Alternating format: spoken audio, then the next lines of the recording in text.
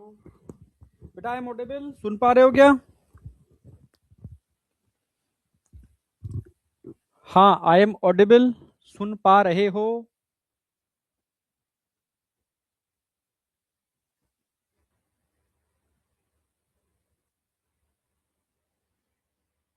हाँ, सुन पा रहे हो बेटा?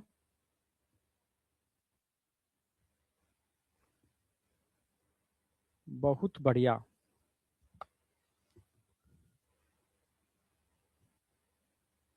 चलो, अब विजिबिलिटी भी आएगी, ठीक है। आज ये बताओ, मैंने तुमसे कहा था कि सुबह सेशन लगा हुआ है, तुम सब गायब थे आज, है ना? इतने अच्छे क्वेश्चन थे, मतलब तुम लगाते तो मजा आ जाता।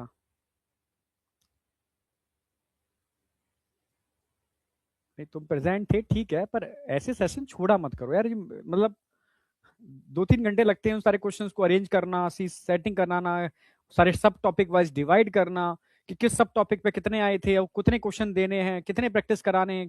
क्या कुछ ऐसा कुछ करें कि सारे क्वेश्चन यहीं से मिल जाए नीट के अंदर? ये पूरी स्टडी सोच के तो चीजें लेकर के आते हैं। चलो खैर, अपने बच्चों से तो कहा कि हाँ तुम मतलब जो भी स्ट्रेटेजी बनाने सोच करके यार तुम प्रैक्टिस कर लोगे तो चीजें बेटर हो जाएंगी, ठीक है। चलो, मैं हिंट दे दे रहा हूँ बायोलॉजी में।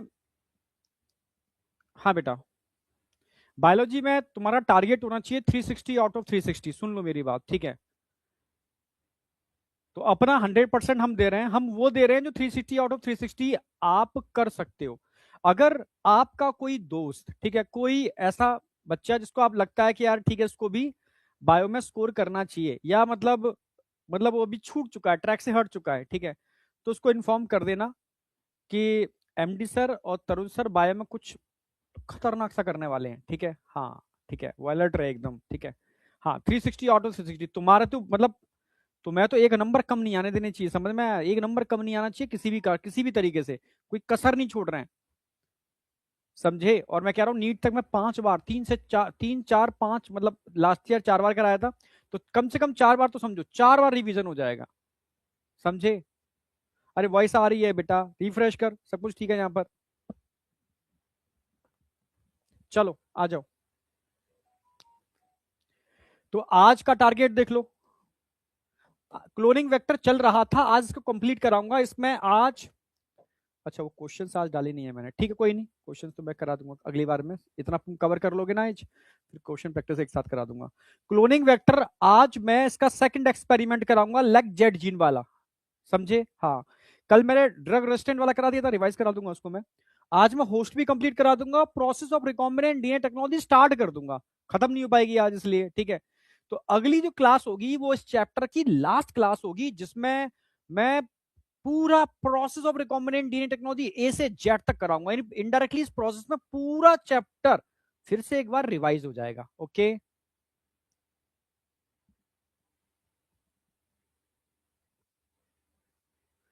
बहुत बढ़िया। देखो जूलॉजी मैं तो मिड जैन तक एंड कर दूंगा, max to max mid Jan बोल रहा हूं, मैक्स टू मैक्स, उससे पहले ही कर दूंगा, ठीक है, max to max mid Jain,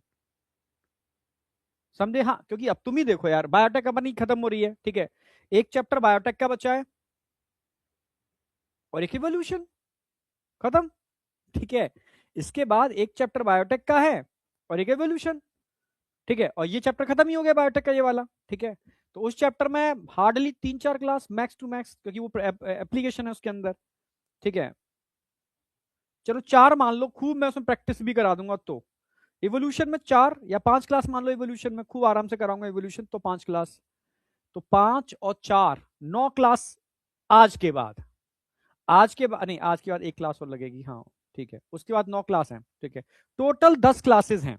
अब तुम डिवाइड कर लो, 10 क्लासेस, मतलब मैं बिल्कुल फैल फैल के पढ़ाऊंगा, समझ रहे हो ना? हाँ, फैल के मतलब रिलैक्स होके पढ़ाऊंगा, तो 10 क्लास हैं, नहीं तो 8 क्लास के अंदर टोटल खत्म हो जाएगा, ठीक है। अब आ जाओ, अच्छा रिवीजन, लास्ट लेक्चर में मैंने देखो क्या क्या बता दिया था। डीएनए मैन्युपुलेटिंग एंजाइम ये मैं करा चुका था, लास्ट लेक्चर में मैंने वेक्टर वाली बात कंप्लीट कर दी थी, कंप्लीट नहीं की थी, चल रहा था वेक्टर, फिर भी मैं बता देता हूं। रिस्ट्रिक्शन एंजाइम मैंने डिटेल में पढ़ाया था आपको उससे पहले वाले लेक्चर के अंदर। पॉलीमरेज टाइप फर्स्ट यूज करते हैं, लाइगेज T4 लाइगेज यूज करते हैं, कहां से आइसोलेट करते हैं T4 लाइगेज को? बताओ कहां से आइसोलेट करते हैं, कोई बता सकता है? T4 लाइगेज को कहां से आइसोलेट करते हैं बेटा?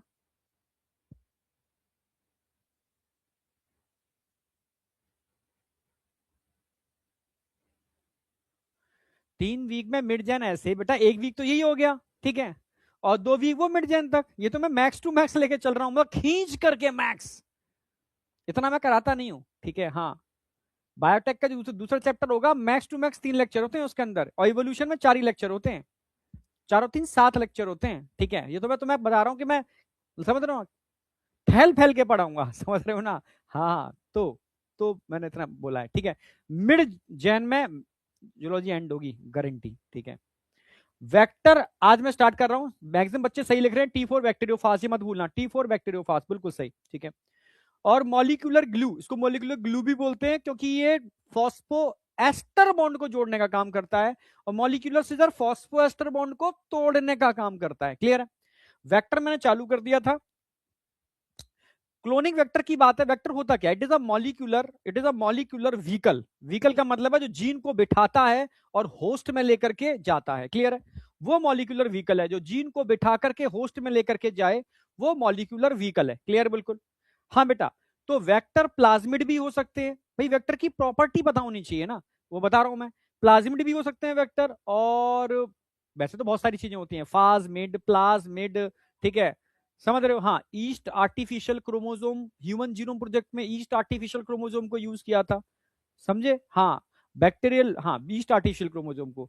बैक्टीरिया के अंदर प्लाज्मिड होते हैं, प्लाज्मिड तो मैक्सिमम हम प्रोकैरियोटिक जीन को अगर ट्रांसफर करना है तो प्लाज्मिड यूज करते हैं, ठीक है, ठीक है। बैक्टीरियोफाज को भी यूज करते हैं, यस, बैक्टीरियोफाज के अंदर एबिलिटी होती है अपने जीनोम को होस्ट जीनोम के संग जोड़ने की। तो सोचो इसके जीनोम के संग अपने जीन को बिठा दो, तो ये जाके खुद जोड़ेगा तो अपने जीन को भी जोड़ देगा, ठीक है। तो हमने यहाँ जो बात करनी है एनसीईआरटी ने, वो करनी है प्लाज्मिड की और बैक्टीरियोफाज की, ठीक है। जिसमें बैक्टीरियोफाज का कॉपी नंबर का मतलब क्या होता है? जब होस्ट में जो जाएगा और अपनी मल्टीपल कॉपी बनाएगा, जिसका जितना कॉपी नंबर होता है वो उतनी कॉपी तो बनाएगा ही बनाएगा। जैसे बैक्टीरियोफाज के पास एबिलिटी होती है कि होस्ट में जाकर के अपनी ढेर सारी फोटोस्टेट कॉपी बना लेना, तभी तो मारेगा उस सेल को, ठीक है। तो इसलिए हमने बैक्टीरियोफाज को ले लिया। अब कई बच्चे कहेंगे सर ये तो मार ही देगा, तो हम इसको वेक्टर की तरह क्यों ले रहे हैं? हम मारने वाले जीन को कट करके निकाल देंगे ना, हम सिर्फ उसकी उसकी जगह कौन सा जीन लगा देंगे जो आपको जीन ऑफ इंटरेस्ट है, पहुंचाना है वहां पर, उस दुष्ट को निकाल के बाहर फेंक देंगे और आपके जीन को वहां बिठा देंगे और उसको पहुंचा देंगे, ठीक है। तो बैक्टीरिया में लेके जाएगा, उसको मारेगा भी नहीं और आपके जीन को जोड़ देगा, मल्टीपल कॉपी बन जाएंगे, ये तो हम चाह रहे थे। तो बैक्टीरियोफाज का कॉपी नंबर बहुत हाई होता है, इसलिए इसको यूज करते हैं। हाँ, प्लाज्मिड का, कुछ प्लाज्मिड का कॉपी नंबर 4 से 5 भी होता है, मैंने लिखा दिया 1 और 2 कॉपी नंबर, कुछ का 15 से 100 तक कॉपी नंबर होता है, समझे? हाँ, तो प्लाज्मिड को भी बहुत यूज किया जाता है, और मैं सारे एग्जांपल आपके किसके देने वाला हूँ? प्लाज्मिड के, क्योंकि एनसीईआरटी ने प्लाज्मिड की बात की है, ठीक है। तो सबसे पहले मैं बात करेंगे वेक्टर की प्रॉपर्टी क्या क्या होती है, मतलब की थी हमने कल, ये कल का रिवीजन चल रहा है। तो कल मैंने बताया था ऑरिजिन ऑफ रेप्लीकेशन ये होना चाहिए। ऑरिजिन ऑफ रेप्लीकेशन का मतलब है सेल्फ रेप्लीकेटिंग एबिलिटी है इसके पास, इसके होने का मतलब है कि भाई खुद रेप्लीकेट कर लेता है, इसको किसी की जरूरत नहीं है, ठीक है। वो हमें चाहिए भाई, ये तो होना ही चाहिए। सेलेक्टेबल मार्कर, सेलेक्टेबल मार्कर क्या होते हैं? या तो एंटीबायोटिक रेजिस्टेंट जीन होंगे, कल मैंने एक्सपेरिमेंट कराया था, या लैक जेड जीन होगा जो लैक ओपरोन में होता है। तो मैं आज लैक ओपरोन का एक बेसिक समझाऊंगा आपको, जो मॉलिक्यूलर बायोलॉजी में आपका डिटेल्ड पढ़ने वाले हो उसका, ठीक है। पर बेसिक में इतना कर दूंगा कि हाँ आप इस कंसेप्ट को समझ जाओगे कि लैक जेड जीन, ठीक है, भी सेलेक्टेबल मार्कर का काम कर सकता है। कैसे? पूरा एक्सपेरिमेंट करके दिखाऊंगा आज इसका, ठीक है। अच्छा, ये क्या बताते हैं? ये बताते हैं, जैसे आपको तो पता ही नहीं है ना कि आपका रिकॉम्बिनेंट बना या नहीं बना, फिर रिकॉम्बिनेंट होस्ट में गया या नहीं गया, यही तो काम करते हैं। ये बताते हैं कि रिकॉम्बिनेंट भी बन गया और रिकॉम्बिनेंट होस्ट में चला भी गया, यानी recombinant, non recombinant, transformant, non transformant को अलग अलग करना जानते हैं कि देखो वो वाला नॉन ट्रांसफॉर्मेंट है, ये ट्रांसफॉर्मेंट है, इन ट्रांसफॉर्मेंट में ये रिकॉम्बिनेंट है, ये नॉन रिकॉम्बिनेंट है। इसको बताने का काम करते हैं सेलेक्टेबल मार्कर। ये क्वेश्चन आता है, सेलेक्टेबल मार्कर का काम क्या होता है? Recombinant, non recombinant, transformant, non transformant, ठीक है, को सेपरेट करना, डिस्टिंग्विश करना, बताना ये है, जिससे कि आप आराम से ऐसा ट्रांसफॉर्मेंट ढूंढ लो जिसके अंदर रिकॉम्बिनेंट गया हो, बस उसको निकाल लो शांति से बड़े बड़े फर्मेंटर में डाल करके, ठीक है। अपना बायोटेक्नोलॉजी का जो भी आपको वर्क करना है वो वर्क करो, बेस्ट तरीका बताओ, आई या नहीं आई? टेस्ट नोट्स तो मैं टेलीग्राम पर सेंड कर दूंगा, ठीक है, बस अभी इस क्लास के जस्ट बाद सेंड हो जाएंगे, ठीक है, और पहले वाला भी सेंड कर दूंगा, ठीक है, पर तुम यार समझो, मतलब टेस्ट नोट्स तो मैं तुम्हें सब दे दूंगा, कोई टेंशन वाली बात नहीं है, एक बार एक आ भी जाया करो, थोड़ा मुझे मोटिवेट करके चले जाया करो। जब तुम्हें मैं मोटिवेट करता हूँ तो मेरा भी तो डिमोटिवेशन हो जाता होगा, मेरे बच्चे नहीं आ रहे हैं तो फिर मैं क्यों जाऊंगा वाईटी पे, बताओ, मैं कैंसिल कर दूंगा वाईटी पे जाना, ठीक है। अगर मैं रात के 12-1 बजे तक, बिलीव नहीं करोगे, 1 बज गया था, ठीक है, मतलब सारे बेस्ट से बेस्ट क्वेश्चन, ये वो क्या क्या हो सकता है, कितने, मतलब पूरा एनालिसिस करके, ठीक है, क्योंकि मतलब मैं चाह रहा हूँ मेरे मेरे हर सेशन का फायदा हो, मैं कुछ भी, अगर मैं 1 मिनट के लिए भी आ रहा हूँ ना, तो तुम्हें उसका नीट में फायदा मिल जाए बस। मैं कहानी भी लेके आ रहा हूँ तो उसमें ही फायदा मिल जाए, ठीक है, जैसे अभी मैंने बहुत प्यारा शॉर्ट्स अभी तैयार किया है, उसमें पीछे मतलब बहुत मेहनत है उसके पीछे, और एडिटिंग भी तगड़ी है, क्योंकि रियल पूरा एक एक चीज समझा रहा हूँ कि एक्चुअल में वैक्सीन की डिस्कवरी हुई क्या थी, गजब कहानी है वैक्सीन की डिस्कवरी की, वो पूरी कहानी में रिप्रेजेंट की है, तब तुम समझ पाओगे एक्चुअल में वैक्सीन की डिस्कवरी कैसे हुई और लुईस पास्चर का रोल क्या था, मतलब अल्टीमेट, ठीक है, मजा आएगा तुम्हें 1 मिनट के अंदर, सोचो 1-2 मिनट के अंदर, तो मेरी उस 2 मिनट के लिए मेरे 4-5 घंटे लगते हैं, तो बस थोड़ा अपनों से तो रहता ही है ना कि यार अपने तो यार मोटिवेट कर ही देंगे मुझे आकर के, ठीक है, मुझे बाहरों से क्या मतलब, अपने तो मोटिवेट करने आ ही जाएगा, चलो कोई नहीं, ठीक है, अब आगे बढ़ रहा हूं मैं, समझना, कल एक्सपेरिमेंट का नाम क्या था, पहले मैंने एक्सपेरिमेंट कौन सा करता, अच्छा पहले पूरा कंप्लीट तो कर दूं, ठीक है भाई, सेलेक्टेबल मार्कर क्या करते हैं, ठीक है, आपको पता होना चाहिए, इंसर्शनल इनएक्टिवेशन, इंसर्शनल इनएक्टिवेशन क्या होता है, अगर अगर आपका gene of interest selectable marker के अंदर चला गया, समझना, सेलेक्टेबल मार्कर के अंदर जुड़ गया, मतलब सेलेक्टेबल मार्कर के 2 टुकड़े हो गए, यानी वो जीन इनएक्टिवेट हो गया, अगर कोई फॉरेन जीन सेलेक्टेबल मार्कर के अंदर जुड़ता है, समझ रहे हो, और जुड़ेगा कहां, जहां उसकी रिस्ट्रिक्शन साइट होगी, तो रिस्ट्रिक्शन साइट एक्चुअल में सेलेक्टेबल मार्कर के अंदर है, तो सेलेक्टेबल मार्कर आपके काम का है, पर ऐसा सेलेक्टेबल मार्कर आपके काम का नहीं है जिसके अंदर रिस्ट्रिक्शन साइट नहीं है, क्योंकि उसमें कट ही नहीं लगेगा, जब कट ही नहीं लगेगा तो आप कैसे आइडेंटिफाई कर पाओगे रिकॉम्बिनेंट बना या नहीं बना, यानी आपको सेलेक्टेबल मार्कर चाहिए और सेलेक्टेबल मार्कर के अंदर रिस्ट्रिक्शन साइट चाहिए, तब एक्चुअल में आपका सेलेक्टेबल मार्कर काम का है, समझ रहे हो ना, हाँ, एक्चुअल में वो काम का है, एक्चुअल में वो आप उसको यूटिलाइज कर सकते हो, समझे। तो selection of recombinant and transformant based on inactivation of antibiotic resistant gene या लेगजेड जीन, सेम इसका भी इनएक्टिवेशन होगा, इसको बोलते हैं इंसर्शनल इनएक्टिवेशन, जैसे मैंने कल समझाया भी था, एक प्लाज्मिड है, इसमें एंटीबायोटिक रेजिस्टेंट जीन है, उसके अंदर क्या है, आप बोलोगे रिस्ट्रिक्शन साइट, किस एंजाइम की रिस्ट्रिक्शन साइट है, EcoR1, क्या साइट होती है, GAA-TTC, क्योंकि हिंद 2 की TT पहले आएगा उसके अंदर, ठीक है, ये आपने जीन ले लिया, जब दोनों को कट करके जोड़ोगे तो 2 कंडीशन आएंगी, हो सकता है इसका रीलाइगेशन हो जाए, वापस चिपक जाए, हो सकता है ये इसके अंदर इंसर्ट हो जाए, ठीक है, इसमें इंसर्ट हो गया तो एक्चुअल में इस एंटीबायोटिक रेजिस्टेंट जीन के 2 टुकड़े हो गए, आधा चला गया, आधा चला गया, तो अब ये काम नहीं करेगा, यहां काम करेगा, यानी अगर कोई जीन इसमें इंसर्ट होगा तो जिस जीन के अंदर इंसर्ट होगा उसको इनएक्टिवेट कर देगा, यही बताता है कि इंसर्शनल इनएक्टिवेशन होने का मतलब है कि आपका रिकॉम्बिनेंट बन गया, या इंसर्शनल इनएक्टिवेशन नहीं हुआ मतलब रिकॉम्बिनेंट नहीं बना, सिंपल, इस टेक्निक का हमने यूज किया है, ठीक है। और फिर मैंने कल कहा था बेटा क्लोनिंग साइट, क्लोनिंग साइट का मतलब है पैलिंड्रोमिक सीक्वेंस, पैलिंड्रोमिक सीक्वेंस का मतलब है, यार थोड़ी सी ठंडी सी लग रही है, आज इसकी जैकेट धुलना चली गई है तो मैं एक नॉर्मल सा ऐसे डाल लेता हूँ,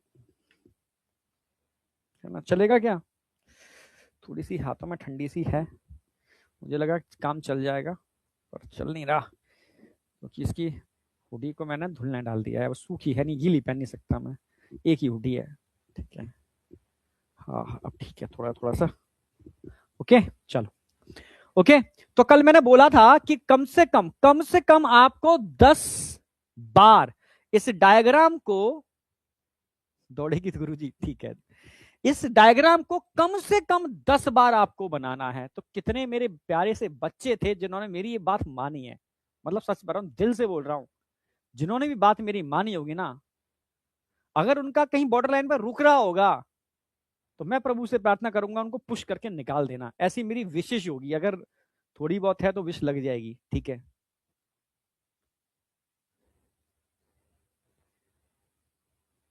सॉरी नहीं, सॉरी नहीं, मुझे चाहिए वो बच्चे जो एकदम मतलब डेडिकेशन से, उनको मतलब नहीं दुनिया में क्या चल रहा है। अगर मेरे गुरु ने बोल दिया ठीक है तो मुझे करना है, चाहे मेरा टेस्ट हो ना हो, ये हो वो हो, कुछ नहीं। और मैं सच कह रहा हूं, अगर कोई ऊपर वाला है जिसे आप मानते हो, अगर आप अपने गुरु को फॉलो करते हो, तो वो आपके साथ है, ध्यान रखना। मेहनत तो सर्वप्रथम है ही भाई, टॉप पर तो मेहनत है, पर मेहनत भी उसकी काम आती है जो, समझ रहे हो ना। अपने अगर इधर गुरु बनाओ मत, बनाया तो 100% फॉलो कर लो उसको। और मैं सच कह रहा हूं, कहीं ना कहीं, समझ रहे हो ना, ये मैं खुद फील किया है, खुद फील किया है इस चीज को, इसलिए ठीक है। चलो चलो ठीक है, जिसने बनाया बेस्ट है। मैंने कल बताया था PBR 322।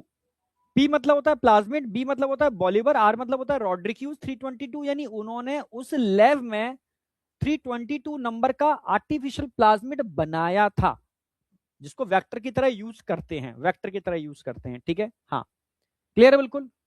इसके अंदर मैं आपसे पूछूंगा PBR 322 में कितने सेलेक्टेबल मार्कर हैं, और कौन से सेलेक्टेबल मार्कर हैं। आप बोलोगे यहां पर antibiotic resistant gene selectable marker है, और जो कितने होते हैं, दो, एक एम्पेसिलिन और एक टेट्रासाइक्लिन, पहला क्वेश्चन।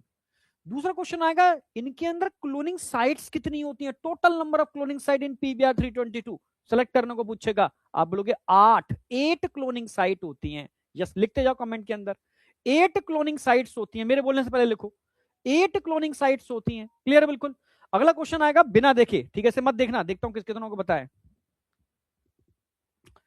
मैं पूछ रहा हूं कि बताओ बेटा, रोप, ROP, रोप एक जीन था ORI के पास, जो उन प्रोटीन को बनाता था जिनकी हेल्प से ये प्लाज्मिड रेप्लिकेशन में पार्टिसिपेट करेगा। रोप में कौन सा, रोप में कौन सा, हाँ बेटा बिल्कुल सही, रिकॉग्नाइजिंग साइट होता है। PVU1 या PVU2, बेटा 1 तो नहीं होगा, PVU2 होगा, बिल्कुल सही, PVU2। अच्छा, मैं आपसे कहूंगा बेटा, एम्पेसिलिन रेजिस्टेंट जीन के अंदर कौन कौन सी क्लोनिंग साइट्स होती हैं। एम्पेसिलिन ड्रग रेजिस्टेंट जीन के अंदर क्लोनिंग साइट बताओ। PVU1, PVU1 और पेस्ट बन, तो बन तो वहां आ गया, तो नीचे तो 2 ही होगा ना। अगर मैं तुमसे पूछूंगा टेट्रासाइक्लिन के अंदर बताओ, टेट्रासाइक्लिन के अंदर बताओ कौन कौन सी रिस्ट्रिक्शन साइट्स होती हैं टेट्रासाइक्लिन में। यस, बाम एच बन और साल बन, यस, बाम एच बन और साल बन, अब आपको कभी भूलना नहीं चाहिए, बाम एच बन और साल बन, ठीक है।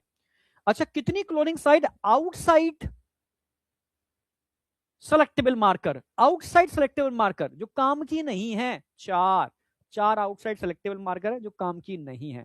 आपसे मैं पूछूं कि बेटा इको आर्बन सेलेक्टेबल मार्कर के अंदर है बाहर, ऐसा क्वेश्चन आ सकता है, ठीक है। हिंद थर्ड सेलेक्टेबल मार्कर के अंदर होता है बाहर होता है। PVU सेकंड सेलेक्टेबल मार्कर के अंदर होता है बाहर होता है, मतलब सारी मैं बाहर की बात कर रहा हूं, ठीक है, समझ में आ गई होगी आपको। ये सारे क्वेश्चंस बनेंगे आपके, ठीक है। और क्ले भी ध्यान रखना, इको आर्बन के अलावा क्ले ये भी बाहर होता है।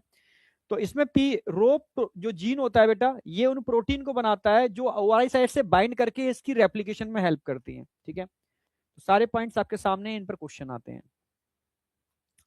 फिर मैंने एक्सपेरिमेंट कराया था, सेलेक्टेबल मार्कर हम यूज कर रहे हैं, पहले एंटीबायोटिक रेजिस्टेंट जीन, बिल्कुल जो मतलब लैब में करते हैं, एग्जैक्ट लैब में, ठीक है। हाँ, एक दिन तो मैं लेके चलूंगा एक ऐसी जगह, मजा आ जाएगा तुम्हें, चलोगे।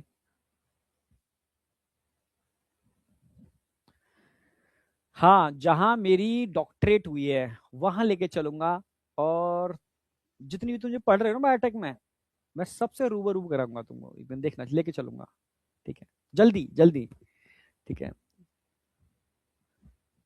मेरे गुरुजी पहले उसके डायरेक्टर हुआ करते थे उस इंस्टीट्यूट के, ICMR के। फिर मतलब फिर वो हो गए DG, director general of Indian council of medical research, यानी जितने भी मेडिकल कॉलेज इंक्लूडिंग एम्स, जितने भी रिसर्च इंस्टीट्यूट हैं सब उनके अंडर में आते हैं। मतलब DG का मतलब होता है, समझ रहे हो ना मेरी बात, हाँ ठीक है, मतलब डायरेक्टर जनरल, ठीक है, of Indian council of medical research, यानी जितने भी इसके अंडर में सब चीजें आती हैं मेडिकल संबंधित उसके DG। और बाद में वो हो गए secretary of ministry of health, ठीक है, हाँ, secretary of ministry of health, हाँ, डॉक्टर वीएम कटोच जो अब रिटायर हुए हैं, तो उनसे मेरी डिस्कशन हुई थी। तब फिर अब एक बार परमिशन लेकर के फिर मैं पूरा एक एक चीजें आपको विजिट कराऊंगा। और एक्चुअल में मैं आपको बताना चाहता हूँ कि बायोटेक में हम इन चीजों को करते कैसे हैं। पूरा जब तुम एक बार देख लोगे ना कि एक्चुअल में कैसे प्लेट कस रहा हूँ, कैसे उसमें पोर कर रहा हूँ, जेल पोर कर रहा हूँ, मजा आ जाएगा तुम्हें। ठीक है, हाँ, 10-10 5-5 मिनट के अंदर मैं एक बार मतलब परमिशन लेकर के इलेक्ट्रो माइक्रोस्कोपी जिसमें मैंने काम किया था, इलेक्ट्रो माइक्रोस्कोपी बहुत बड़ा होता है बेटा। ठीक है, हाँ, तो कैसे हम 3D इमेज निकालते थे बताऊंगा तुम्हें एक दिन पहले। अब तुम पहले नींद निकालो पहले, ठीक है, मतलब गजब, मतलब तो मजा आ जाएगा। ठीक है, चलो, तो सिंपल सी बात है। लैब में आपने एक बीकर लिया, एक पाउच आता है जिसमें पीबीआर 322 था, आपने उठा करके डाल दिया, उसके अंदर डाल दिया आपने पीबीआर 322। अब आपको क्या क्या डालना है, एक लाइगेज डालना है, ठीक है, कट करने के लिए रिस्ट्रिक्शन एंडोन्यूक्लियोज डालना है, और जीन ऑफ इंटरेस्ट डाल देना है। डाल दिया आपने, दो कंडीशंस आएंगी, या तो रीलाइगेशन हो जाएगा या रिकॉम्बिनेशन बन जाएगा, रिकॉम्बिनेंट बन जाएगा। ठीक है, अब एक बीकर लोगे जिसमें आपने इकोलाई डाल रखे हैं, उस पूरे बीकर को इस बीकर में डाल दोगे। ठीक है, अब क्या होगा, ट्रांसफॉर्मेशन। फिर अगेन तीन कंडीशन आएंगी, हो सकता है ट्रांसफॉर्मेशन ना हुआ हो सकता है रिकॉम्बिनेंट वाला चला गया, हो सकता है नॉन रिकॉम्बिनेंट वाला चला गया हो। तो तीन तरह की कंडीशन देखने को मिलेगी आपको इस बीकर के अंदर। अब आपने इस बीकर में देखना चाहते हो कितनी कंडीशंस हैं, उसके लिए एक प्लेट लोगे, उस प्लेट में आपने न्यूट्रिएंट अगर अगर आता है सॉलिड मतलब उसकी लेयर बन जाती है, उसके ऊपर उन बैक्टीरिया के घोल को लेकर डाल दोगे। आपको तीन टाइप की कॉलोनी देखने को मिलेंगी। एक, अभी आपको पता नहीं कौन सी कॉलोनी है, ये पता नहीं है कॉलोनी कौन सी, तीन कॉलोनी देखने को मिल रही है आपको। ठीक है, ये तो मैंने मेंशन कर दिया है पहले से ही। ठीक है, ठीक है, तीन कॉलोनी देखने को मिल रही है। ये आपको पता नहीं है क्या है, ये मान लो ये पता ही नहीं है आपको, ये पता ही नहीं है, ये पता ही नहीं है नंबर 1 2 3 क्या है ये आप जानते ही नहीं हो। पर इस प्लेट के अंदर आपने एंटीबायोटिक नहीं डाली थी, तो सारे बैक्टीरिया ग्रो कर जाएंगे इसमें। ठीक है, चाहे वो नॉन रिकॉम्बिनेंट हो, नॉन ट्रांसफरमेंट हो, सब ग्रो कर जाएंगे, कर गए। आप रेप्लिका लगाओगे, रेप्लिका का मतलब है इन सारे बैक्टीरिया को इधर ट्रांसफर करोगे इस प्लेट पर, इस पर एक में आपने एम्पिसिलिन डाली है, एक में टेट्रासाइक्लिन डाली है। क्यों? क्योंकि आपने जो वेक्टर यूज किया है उसमें दो एंटीबायोटिक रेजिस्टेंट जीन थे। ठीक है, अब देखो यहाँ तीन कॉलोनी है, तुमने यहाँ देखा है दो ही कॉलोनी मिली। एक कॉलोनी जो नंबर 1 वाली कॉलोनी थी, नंबर 1 मान लो, ये नंबर 2 है, ये नंबर 3 है। नंबर 1 कॉलोनी यहाँ पर मिल गई, सॉरी नंबर 1 गायब है ही नहीं ग्रोथ, ये दो कॉलोनी मिल रही है। इस प्लेट पे देखा, इस पे भी नंबर वन कॉलोनी क्या नहीं है, यानी नंबर 1 कॉलोनी ना इस प्लेट पर है ना इस प्लेट पर है, जबकि यहाँ है। ये क्या बता रही है, यानी कोई बैक्टीरिया ऐसा था जिसके अंदर ट्रांसफॉर्मेशन नहीं हुआ था, बेचारे के पास कोई भी ड्रग रेजिस्टेंट पावर नहीं थी, यहां भी मारा गया, यहां भी मारा गया। अगर कॉलोनी या ग्रोथ दोनों ही प्लेट में नहीं हो रही, मतलब उसके पास कोई भी ड्रग रेजिस्टेंट जीन एंटर ही नहीं किया, मतलब नॉन ट्रांसफॉर्मेंट है। चलो, एक कॉलोनी ऐसी है जो दोनों ही जगह आ रही है, यहां दोनों जगह नहीं आ रही है, दोनों जगह आ रही है, यानी उसके पास टेट्रासाइक्लिन रेजिस्टेंस पावर भी है और एम्पिसिलिन रेजिस्टेंस पावर भी है। भाई दोनों रेजिस्टेंस पावर है, तभी दोनों जगह आ रही है। मतलब एक भी जीन में कट नहीं लगा, मतलब एक भी जीन में इंसर्शनल इनएक्टिवेशन नहीं हुआ, मतलब रिकॉम्बिनेशन नहीं बना, पर ट्रांसफॉर्मेशन हुआ है क्योंकि यहां कॉलोनी आ रही है। यानी कैसा ट्रांसफॉर्मेंट हुआ है, नॉन रिकॉम्बिनेंट ट्रांसफॉर्मेंट हुआ है।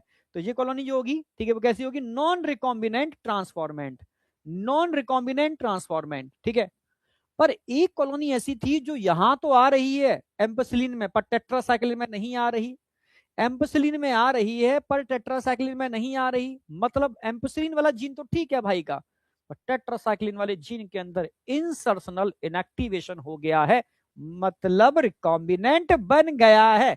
उठा लो इस कॉलोनी को यहां से। जो नंबर 2 कॉलोनी है, ये एक्चुअल में वो कॉलोनी है जो आप चाहते थे, आपने यानी इस मार्कर की हेल्प से तीनों कॉलोनी को अलग अलग कर लिया। अगर ये सिलेक्टेबल मार्कर नहीं होता तो इन कॉलोनी को आप अलग कर पाते, नॉन ट्रांसफॉर्मेंट। ठीक है, इसको बोलोगे non recombinant transformant, recombinant transformant. इन तीनों को अलग करने की एबिलिटी किसकी थी, सेलेक्टेबल मार्कर। ठीक है, तो यहां पर हमने सेलेक्टेबल मार्कर कौन सा यूज किया है, एम ड्रग रेजिस्टेंट जीन। ठीक है, फिर नीट में क्वेश्चन डायरेक्टली यहां सॉल्व होगा। क्वेश्चन आएगा कि एक प्लेट एम्पिसिलिन वाली प्लेट पर ग्रोथ नहीं है, टेट्रासाइक्लिन वाली ग्रोथ पे भी ग्रोथ नहीं है। ठीक है, बताओ कौन सा क्या कंडीशन होगी, तो आप बोलोगे उन चारों में से बताओगे ये दोनों ही नॉन ट्रांसफॉर्मेंट है। ठीक है, एम्पिसिलिन में ग्रोथ है और टेट्रासाइक्लिन में भी ग्रोथ है, बताओ कौन सी, क्या कौन सा बैक्टीरिया होगा, दोनों में ग्रोथ है, मतलब ये recombinant transform non recombinant transformant है। अच्छा, एम्पिसिलिन में है, टेट्रासाइक्लिन में ग्रोथ नहीं है, मतलब यहां पर रिकॉम्बिनेंट ट्रांसफॉर्मेंट है। डायरेक्ट नीट के क्वेश्चन आपको मिल जाएंगे इस टेबल से। ये मैंने कहा भी था लिख के लाने हैं, ये लिख के लाने हैं, आप लिख करके लाए भी होगे, मतलब लिख लिया होगा अपनी नोटबुक पर। यहां तक कोई डाउट है किसी को?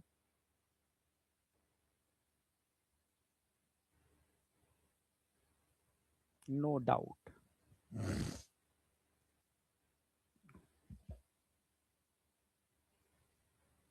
No doubt, no doubt, no doubt. चलो, हाँ तो तेरा डाउट है, बता क्या डाउट है, डाउट बोल।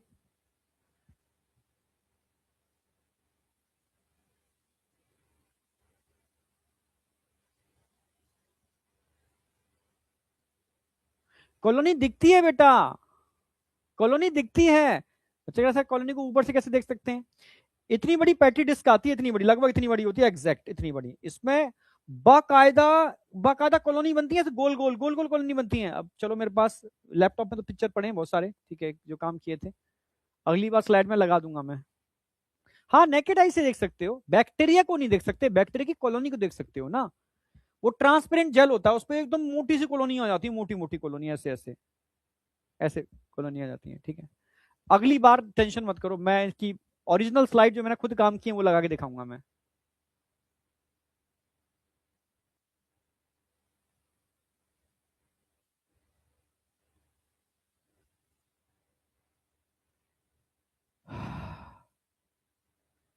बेटा, अगर रिस्ट्रिक्शन एंजाइम की बात आ गई, किसने खोज की है, सबसे पहले पहले पोस्टुलेट दिया जाता है, किसी का आइडिया था, ठीक है, उसके बच्चों ने कहा कि कुछ है, ठीक है, समझ रहे हो। जब साफ साफ आया, किसने एक्चुअल में कॉन्फिडेंस के साथ आइसोलेट करके दिखाया, ठीक है। तो अरबर साहब ने, मतलब ये कह सकते हैं, आपने आइसोलेट करके पहला भी आइसोलेट करके दिखाया, तो समझ रहे हो, पहला रिस्ट्रिक्शन एंजाइम जो प्रॉपरली आइसोलेट हुआ, करेक्टराइज हुआ, वो हिंद 2 था। समझे? हाँ। चलो,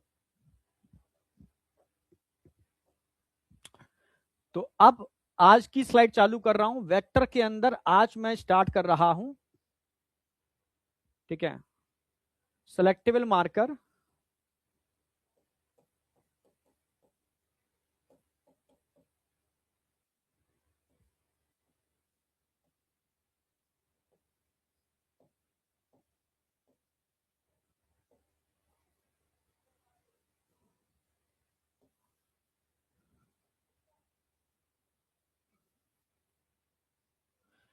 ठीक है, इसकी बात करते हैं और फिर मैं होस्ट कराऊंगा आज कंप्लीट, ठीक है।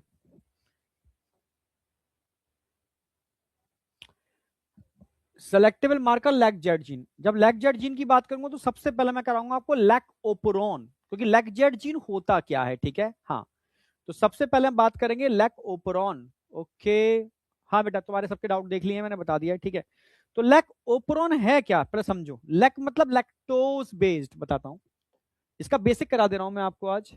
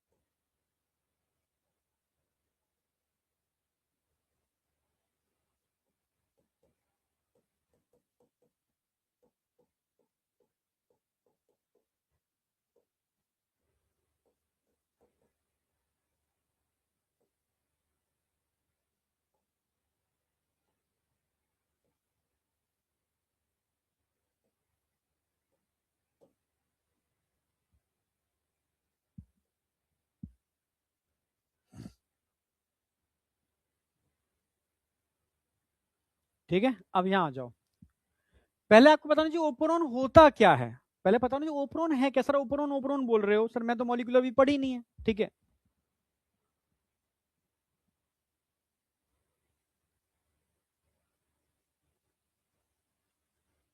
सुनो मेरी बात, पहले जो मैं कह रहा हूं वो सुनो। ठीक है,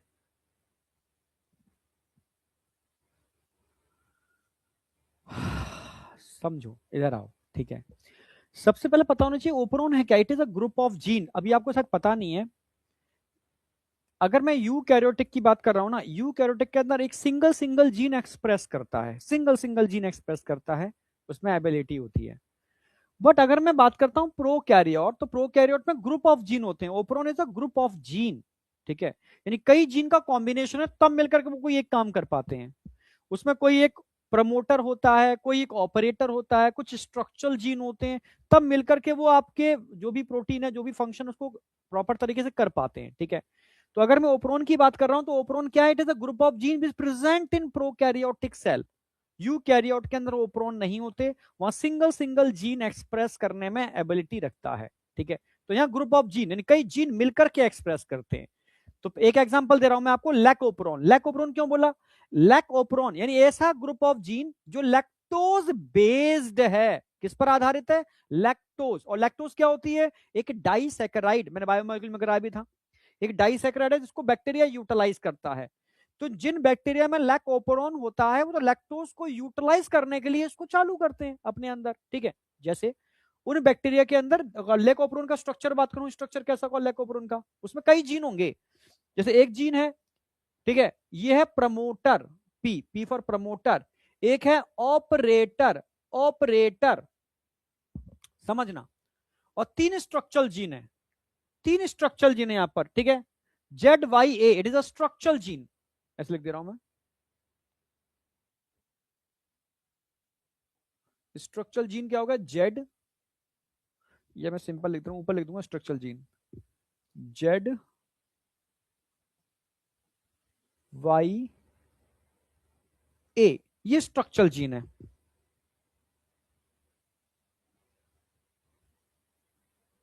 समझने की कोशिश करना।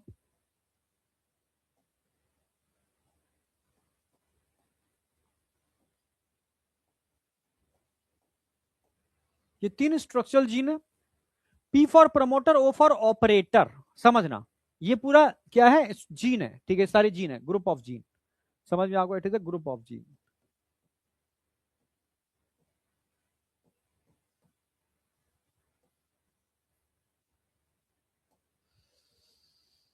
ठीक है, इसमें जो जेड है, ये बीटा गैलेक्टोसाइडेज नाम का एक एंजाइम बनाता है। तो यहीं से इस जीन को कट करके हमने नाम दिया लेक जेड जीन। ठीक है, लैक्टोज ओपरन का जेड जीन।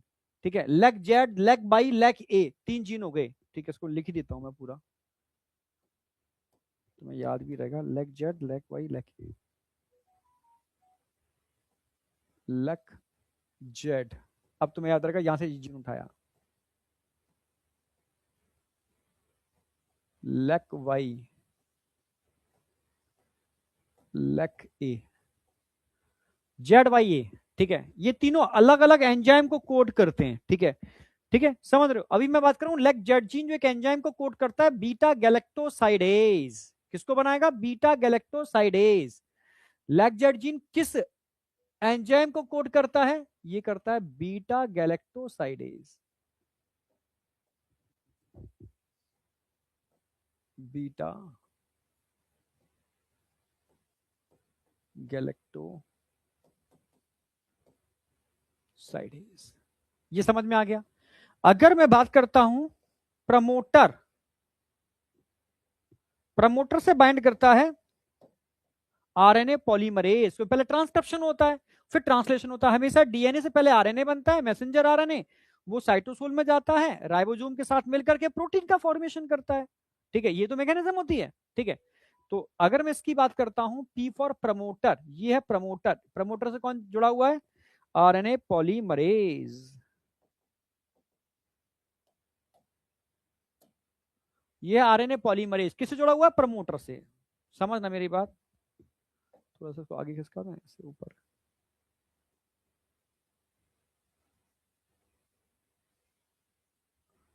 ये आरएनए पॉलीमरेज जो प्रोमोटर से जुड़ा हुआ है, बैठा हुआ है प्रमोटर के ऊपर। ये आरएनए पॉलीमरेज आगे बढ़ेगा। ये कौन है? आरएनए पॉलीमरेज लिख दे रहा हूं मैं, आर एन ए।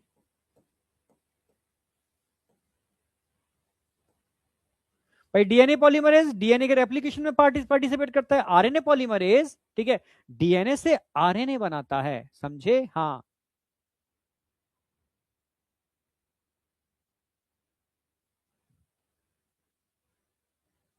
हाँ बेटा, इलेक्ट्रॉन माइक्रोस्कोपी से कंप्यूटर अटैच होता है।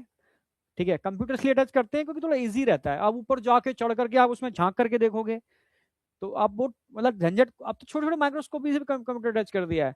आप आराम से स्क्रीन पर बैठ करके, बड़ी सी स्क्रीन पर आप माइक्रोस्कोप के अंदर क्या चल रहा है वो देखोगे। तो आप सब माइक्रोस्कोप से कंप्यूटर अटैच कर दिया है। ठीक है, अब समझो। तो आरएनए पॉलीमरेज किससे जुड़ गया? प्रमोटर से। ठीक है, अब बात आती है ओ फॉर ऑपरेटर। ऑपरेटर से कौन जोड़ेगा? रेगुलेटर। यस, ऑपरेटर से कौन जोड़ेगा? रेगुलेटर। अब समझो, डायग्राम अलग बनाता हूं।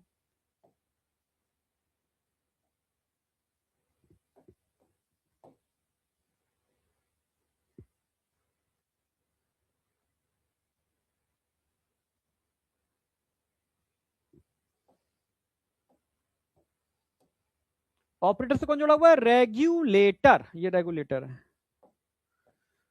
Are for regulator. रेगुलेटर। ये जब तक, ये मानो ये पटरी है, ये इंजन है, ये एक पत्थर है रेगुलेटर। जब तक ये यहां प्रेजेंट है, ये इंजन आगे बढ़ पाएगा? नहीं बढ़ेगा। अगर ये आगे नहीं चलेगा तो इनसे एमआरएनए नहीं बनेगा। ठीक है, तो लेग जेट जीन एक एक एमआरएनए बनाता है। उस एमआरएनए से बनती है बीटा गैलेक्टोसाइडेज को। ठीक है, बीटा गैलेक्टोसाइडेज जो, समझ रहे हो, गैलेक्टोज शुगर को तोड़ने का काम करता है वो एंजाइम। ठीक है, समझना मेरी बात। अब ये तो मैं समझ में आ गया पूरा का पूरा। अब मैं समझा रहा हूं, तो मैं एक्चुअल में एक्सपेरिमेंट, आपने एक प्लेट ली, समझना अच्छी तरीके से।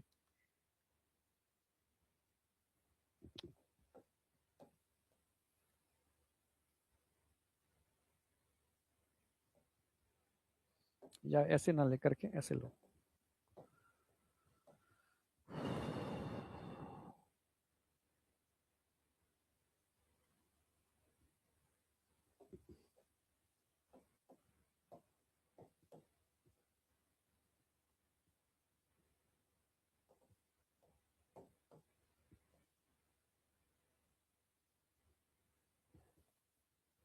एक प्लेट लिया आपने, समझना, इस प्लेट में बैक्टीरिया पड़े हुए हैं।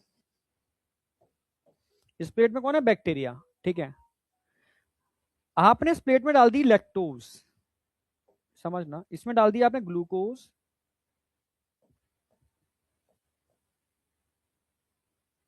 And galactose.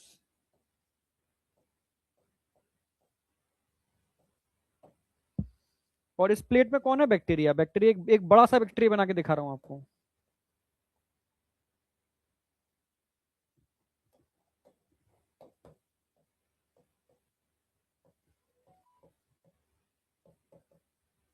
ये बड़ा करके दिखा दिया बैक्टीरिया। इस प्लेट में आपने ग्लूकोज डाला और गैलेक्टोज डाला। ग्लूकोज तो क्या है? ये तो मोनोसैकेराइड है, ये तो मोनोसैकेराइड है।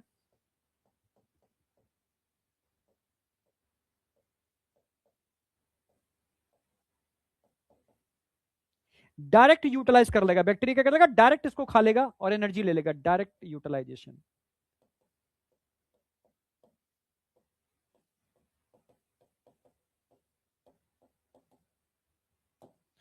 जब ग्लूकोज खत्म हो जाएगा, क्योंकि भाई आपको दो चीजें मिल रही हैं, आपको एक बना हुआ खाना मिल रहा है पर थोड़ा ही मिला आपको, फिर साथ में आपको दाल चावल नमक मिर्च भी अलग अलग मिल गए कि भाई जब खत्म कर लेना बना हुआ तब आपसे बना के खाना पड़ेगा। पर पहले तो बना के खाओगे नहीं, पहले बना हुआ खाओगे फिर बना के खाओगे। सिंपल सी बात है। तो बैक्टीरिया भी डायरेक्टली पहले क्या करता है, ग्लूकोज यूटिलाइज कर लेता है, अगर दोनों डाल रहे हो तो। ठीक है, अरे ग्लूकोज नहीं डाल रहे, गैलेक्टोज ही डाल रहे हो, उसको खिला रहे हो, तो वो गैलेक्टोज से पहले क्या करेगा, तोड़ेगा गैलेक्टोज को, क्योंकि गैलेक्टोज कैसी शुगर है, डाइसैकेराइड, डायरेक्ट यूटिलाइजेशन होता है इसका। ये कैसी शुगर है, डाइसैकेराइड।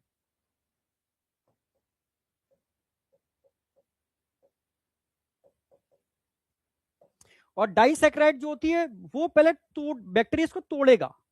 बैक्टीरिया गैलेक्टोज को क्या काम करेगा, तोड़ेगा। अगर मैं गैलेक्टोज की बात करता हूं, गैलेक्टोज, तो बैक्टीरिया गैलेक्टोज को तोड़ेगा। किसमें तोड़ेगा गैलेक्टोज को, ग्लूकोज। गैलेक्टोज किसमें टूटती है,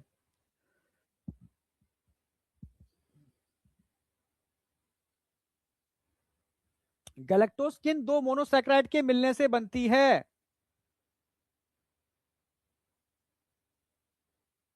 लैक्टोज, अच्छा लैक्टोज, मैंने गैलेक्टोज लिख दिया क्या, अच्छा अच्छा अच्छा, हाँ ठीक ठीक है। लैक्टोज ग्लूकोज और गैलेक्टोज के मिलने से बनती है, अच्छा अच्छा अच्छा।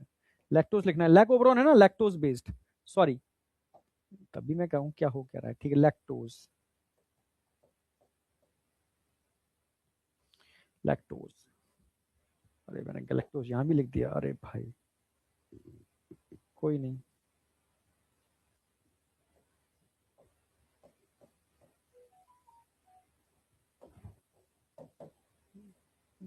कोई नहीं, ठीक है, लैक्टोज भाई, अभी तो बायोमोलिक्यूल खत्म किया ही है, तो ग्लूकोज को तो डायरेक्ट यूटिलाइज कर लेगा ये, डायरेक्ट, कोई दिक्कत नहीं है। पर लैक्टोज अगर आप ये इनटेक करेगा लैक्टोज, तो लैक्टोज को तोड़ना पड़ेगा। लैक्टोज दो शुगर के मिलने से बनता है, ग्लूकोज और गैलेक्टोज, ठीक है, ग्लूकोज और galactose.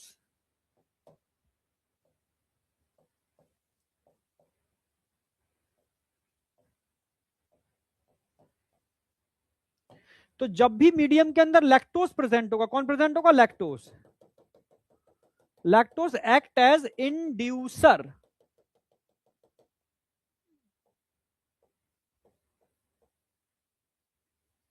Lactose act as inducer, lactose इस सिस्टम को एक्टिवेट करता है, इंड्यूसर की तरह काम करता है। जैसे आपने लैक्टोज डाला, कि लैक्टोज क्या काम करेगा, ये लैक्टोज सीधा रेगुलेटर से बाइंड करेगा, और रेगुलेटर को यहां से कहेगा अब तुम हट जाओ, अब तुम्हारी जरूरत नहीं है, तो रेगुलेटर बेचारा खिसक के नीचे आ जाएगा, वहां से हट जाएगा। मतलब लैक्टोज ने क्या काम किया, लैक्टोज ने इंड्यूसिंग का काम किया, यानी इस रेगुलेटर को वहां से हटाने का काम किया, किसने, लैक्टोज ने। Lactose act as inducer. तो जैसे आपने पेट्री डिश में लैक्टोज डाली, भाई ग्लूकोज तो यूज करेगा पहले, तब तक ये नहीं चलेगा। जैसी लैक्टोज की बारी आएगी, लैक्टोज रेगुलेटर से बाइंड करेगा, उसे हटा देगा। अब आरएनए पॉलीमरेज का रास्ता साफ, आरएनए पॉलीमरेज का रास्ता साफ। अब आरएनए पॉलीमरेज जैसे आगे बढ़ेगा, तुरंत ही यहां क्या बनेगा, इसके हटते यहां से क्या बनेगा,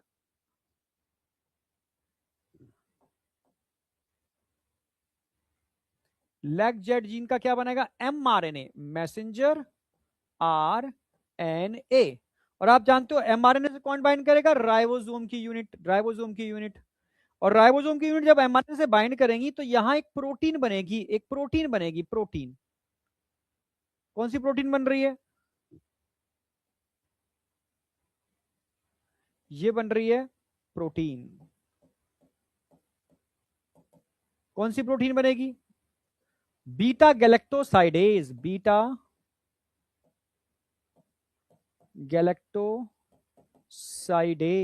ये एंजाइम बन गया। ये एंजाइम क्या काम करेगा, जितनी भी लैक्टोज बैक्टीरिया ने खाई है उसको तोड़ना चालू कर देगा। यानी बैक्टीरिया को अगर अपनी लैक्टोज को तोड़ना है, तो इसकी लैक्टोज क्या काम करेगी, रेगुलेटर को हटाएगी, पॉलीमरेज का रास्ता साफ करेगी, तब ये एंजाइम बनेगा गैलेक्टो बीटा गैलेक्टोसाइडेज, तब लैक्टोज को तोड़ेगा ग्लूकोज और गैलेक्टोज में, तब बैक्टीरिया तसल्ली से उसको खाएगा। यानी बैक्टीरिया अपने अंदर इस ओपरोन को तभी चलाएगा, तभी चलाएगा जब उसको खाने को सिर्फ लैक्टोज मिलेगी। ग्लूकोज दोगे तो ग्लूकोज को डायरेक्ट यूटिलाइज कर लेगा, ठीक है। हाँ, लैक्टोज दोगे या ग्लूकोज खत्म हो गया, तो लैक्टोज को तोड़ने के लिए लैक्टोज एक्ट एज इंड्यूसर, इस रेगुलेटर को यहां से हटाएगी, हटते ही पॉलीमरेज का रास्ता साफ, तो तीनों एंजाइम अलग अलग बनेंगे, पर अभी तो हम लेग जेड जीन की बात कर रहे हैं। तो लेग जेड जीन से एमआरएनए बनेगा, प्रोटीन बनेगी, और ये प्रोटीन बीटा गैलेक्टोसाइडेज होगी, जो लैक्टोज को ग्लूकोज और गैलेक्टोज में तोड़ेगी। इसलिए इसको लैकोप्रोन बोलते हैं, यानी लैक्टोज एक्ट एज इंड्यूसर, जो सिस्टम को एक्टिवेट स्विच ऑन करने का काम करती है। तो लैक्टोज एक्ट एज इंड्यूसर, ये मॉलिक्यूलर बायोलॉजी का है, यहां का टॉपिक नहीं है। पर अब मैं लैकोप्रोन लैक्टोज बेस पढ़ाऊंगा उसको, तो तुम्हें इतना समझ में तो आना चाहिए लेक जेड है क्या। तो लेक जेड एक स्ट्रक्चरल जीन है जो लेक ओपोरोन का पार्ट है। Lac operon specially group of gene है जो प्रोकैरियोट में काम करते हैं। यूकैरियोट में सिंगल जीन एक्सप्रेस कर लेता है, यहां कई जीन मिलकर के को काम कर रहे हैं। यानी लेक जेड जीन काम तब करेगा जब प्रमोटर और ऑपरेटर काम करेंगे, ठीक है, समझ रहे हो। तो लैक्टोज एक्ट एज इंड्यूसर, ये इंड्यूसर का काम करके हटा देगी, तब जाकर के पॉलीमरेज आगे बढ़ेगा, तो एमआरएनए बनेगा, एमआरएनए से राइबोसोम बाइंड करके प्रोटीन बनेगी। प्रोटीन कौन सी होगी, बीटा गैलेक्टोसाइडेज। तब इस बैक्टीरिया के लैक्टोज को तोड़ा जाएगा ग्लूकोज और गैलेक्टोज में, क्योंकि लैक्टोज एक डाइसैकेराइड है। अब मुझे बताओ ये बेसिक समझ में आया नहीं आया, सॉरी, ये बेसिक समझ में आया या नहीं आया।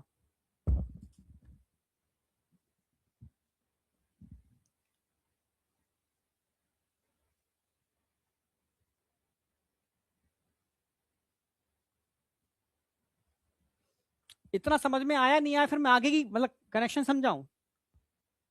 यस सर, आ गया तो बहुत बड़ी बात है यार, क्योंकि अभी मॉलिक्यूलर आपने पढ़ी नहीं होगी जो मुझे लग रहा है।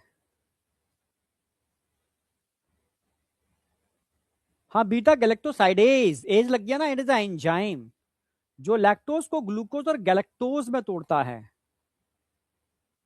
हाँ, अभी नहीं पढ़ा होगा, ये आगे आएगा जब आप मतलब पूरा कर लोगे, ट्रांसक्रिप्शन ट्रांसलेशन, ठीक है, रेप्लिकेशन आएगा पहले, फिर ट्रांसक्रिप्शन, फिर ट्रांसलेशन आएगा, ट्रांसलेशन के बाद जीन एक्सप्रेशन आएगा, उसमें आप पढ़ोगे लैकोप्रोन और ट्रिप्रोपोप्रोन। ऐसे ही लैक्टोज बेस्ड होता है, वो ट्रिप्टोफान बेस्ड होता है। खुश रहे बेटा।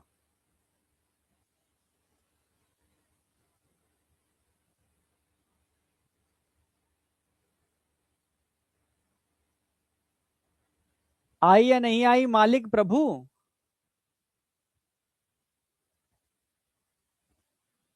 चलो,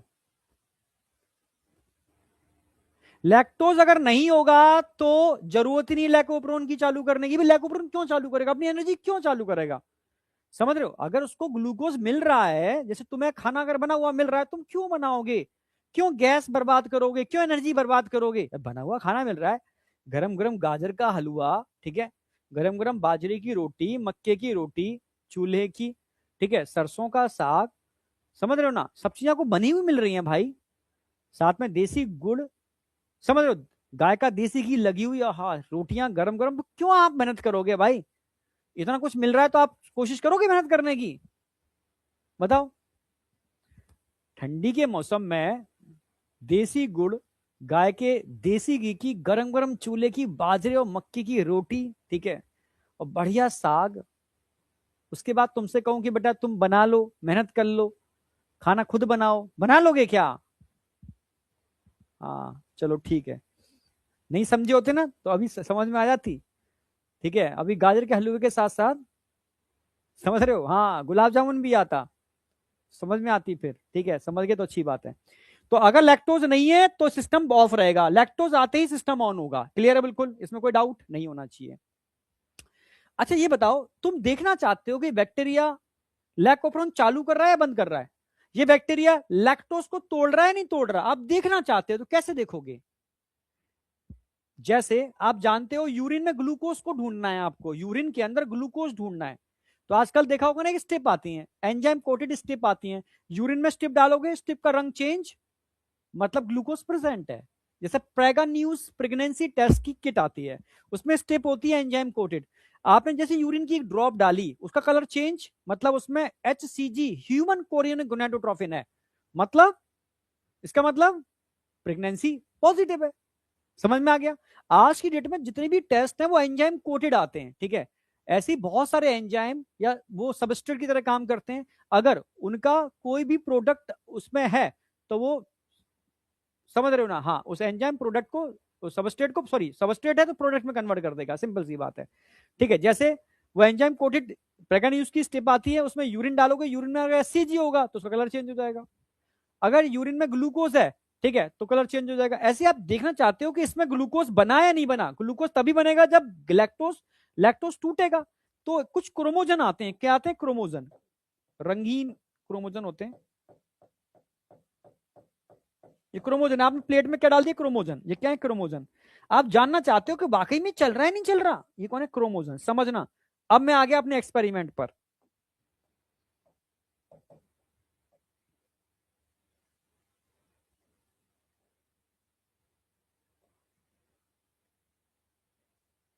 क्रोमोजन्स हैं।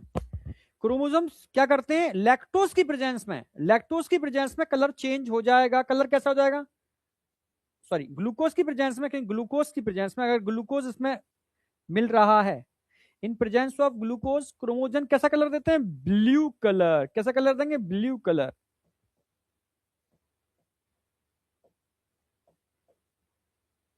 अगर प्लेट का रंग पहले नॉर्मल था, फिर ब्लू कलर का हो गया, ब्लू कलर का प्लेट का रंग हो रहा है, तो समझ लो ग्लूकोज बनना चालू हो गया। क्यों, क्योंकि आपने प्लेट में क्या डाल दिए, क्रोमोजन डाल दिए हैं।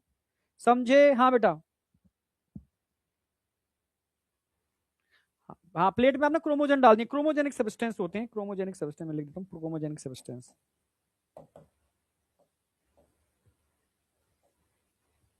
क्रोमोजेनिक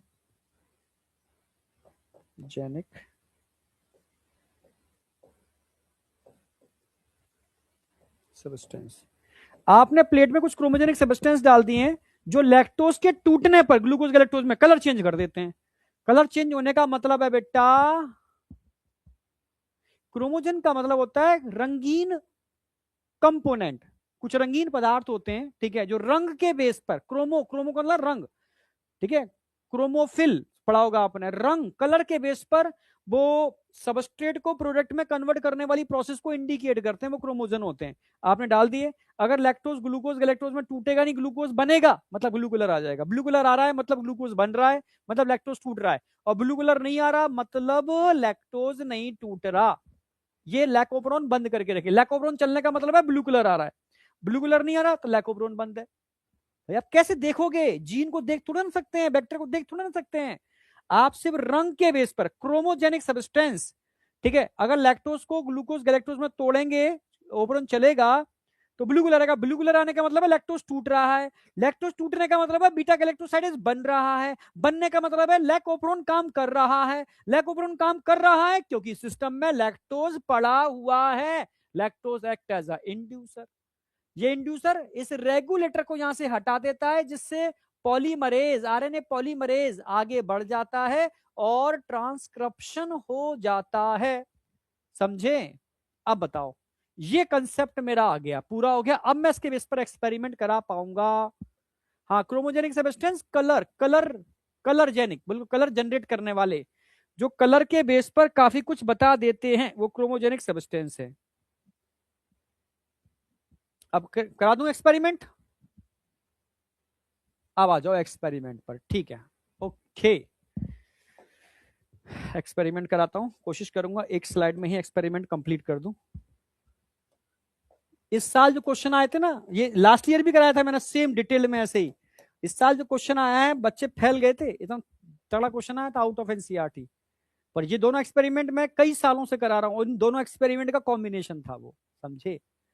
तो अब हम बात करेंगे सेलेक्टेबल मार्कर, कब क्या होगा, यहां पर लेग जेड जीन।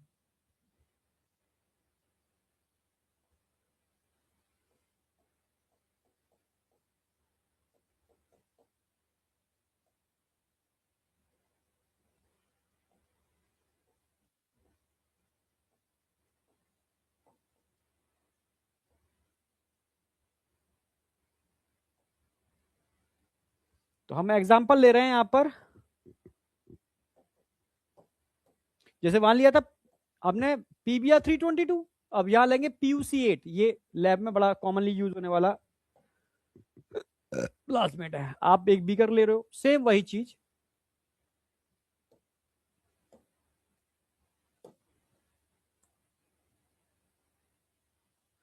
अब देखो आधी चीजें तो आपको पता ही हैं, बस आपने मार्कर चेंज कर दिया है, सॉरी, हाँ सिलेक्टिव मार्कर चेंज कर दिया है। इस बार आप मार्कर क्या ले रहे हो, इस बार जो मार्कर ले रहे हो आप PUC8 ले रहे हो।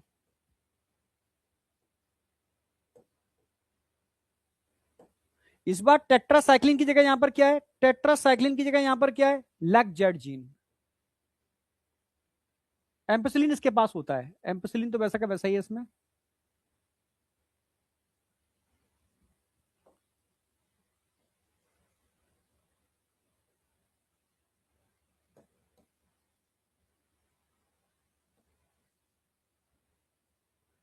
अच्छा,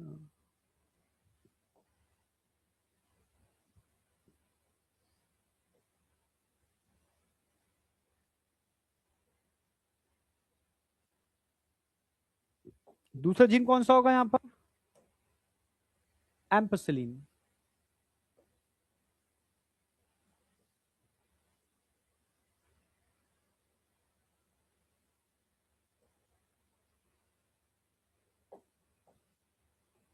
समझना, यहां आपने क्या लिया, यहां जो ले रहे हो ये क्या है, आप बोलोगे PUC8 is a plasmid. PUC8 plasmid, आपने PUC8 प्लाज्मिड को ले लिया, क्या ले लिया आपने, PUC8 प्लाज्मिड को ले लिया। क्लियर, सेम वही एक्सपेरिमेंट है, ठीक है। PVR 320, ठीक है, क्यों PUC8 को क्यों लिया, क्योंकि इसके पास एक तो होता है ampicillin, AMP, ampicillin resistant gene, और एक होता है lac Z gene, lac Z gene, जो बीटा गैलेक्टोसाइडेस नाम के एंजाइम को बनाता है। ये हो गया आपने प्लाज्मिड, ठीक है। इसमें वही तीन चीजें डालोगे जो आपने पहले डाली थी, ठीक है, यानी gene of interest,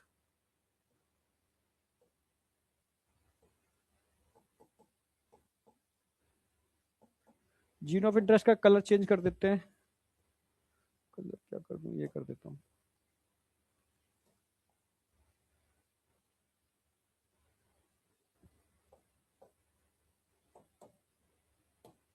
gene of interest ले लिया, और क्या ले लिया आपने साथ में, restriction and nucleus, restriction and nucleus plus ligase. दो कंडीशन देखने को मिलेंगी भाई, या तो रिकॉम्बिनेंट बन जाएगा या रिलाइगेशन हो जाएगा लैक जीन के अंदर, रिलाइगेशन हो जाएगा, लैक जीन है।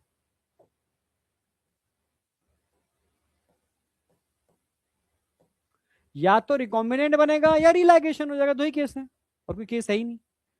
अब वही एक्सपेरिमेंट कॉमन, वही सेम रिपीट कर रहा हूं मैं।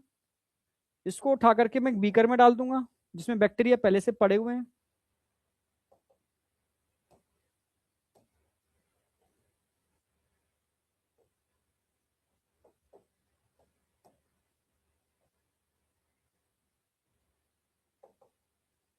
तीन टाइप के बैक्टीरिया होंगे इसके अंदर।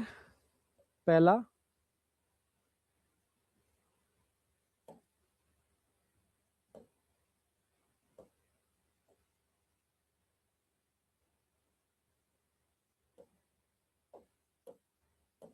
दूसरा, तीसरा, तीन टाइप के बैक्टीरिया, सेम वही सब कुछ है, सब कुछ वही चीज है। तीन टाइप के बैक्टीरिया, मतलब बैक्टीरिया एक ही टाइप के हैं, इकोलाई, बैक्टीरिया तो सारे इकोलाई हैं, तो तीन कॉम्बिनेशन देखने को मिलेंगे, सारे के सारे क्या हैं, इकोलाई। अरे यार, all are E coli.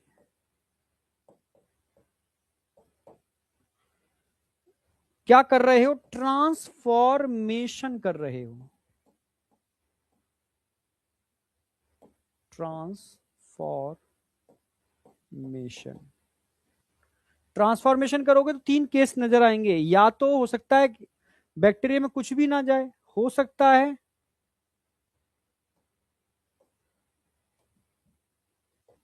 Recombinant enter कर जाए, हो सकता है नॉन रिकॉम्बिनेंट कर जाए, केस है, इज अ प्रोबेबिलिटी। एम्पिसिलिन तो कट किसी में भी नहीं लगेगा, एम्पिसिलिन तो दोनों में सही है। रिकॉम्बिनेंट अगर एंटर करेगा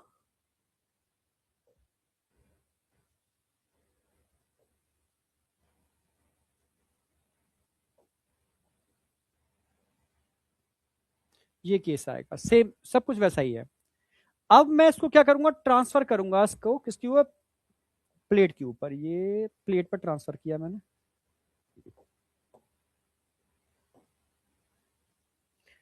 ठीक है, जिसमें एंटीबायोटिक नहीं है, विदाउट एंटीबायोटिक।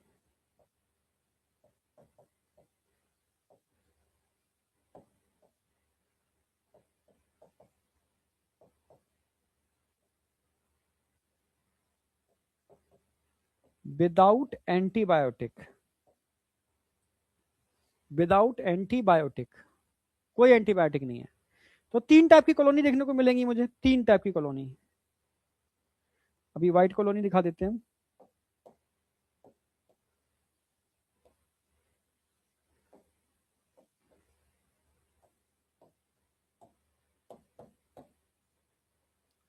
अब मैं क्या करूंगा, मुझे मल्टीपल प्लेटिंग नहीं करनी। पहले मैंने क्या की थी, मल्टीपल प्लेटिंग की थी।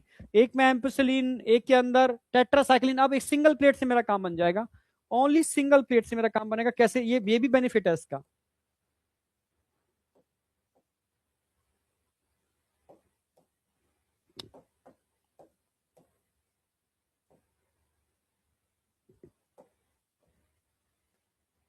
अब मैं रेप्लिका लगाऊंगा इसका, रेप्लिका।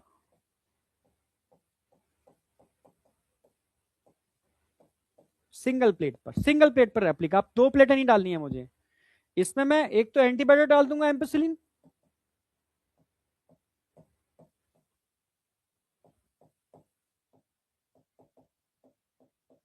पहला।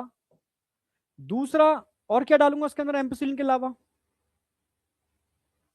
इसमें क्रोमोजन डाल दूंगा मैं।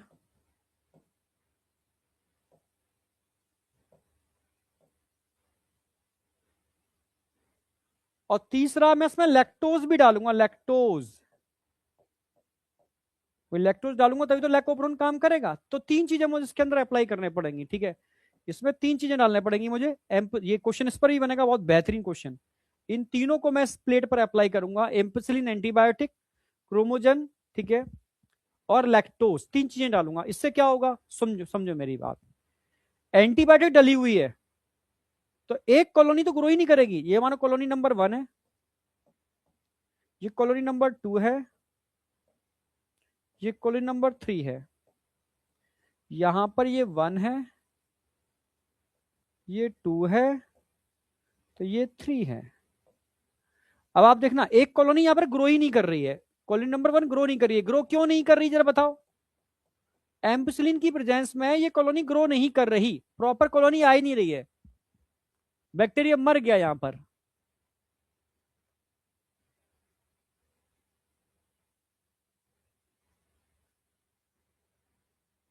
बेटा उसको लैक्टोज की जरूरत नहीं है, उसको ग्लूकोज की जरूरत है।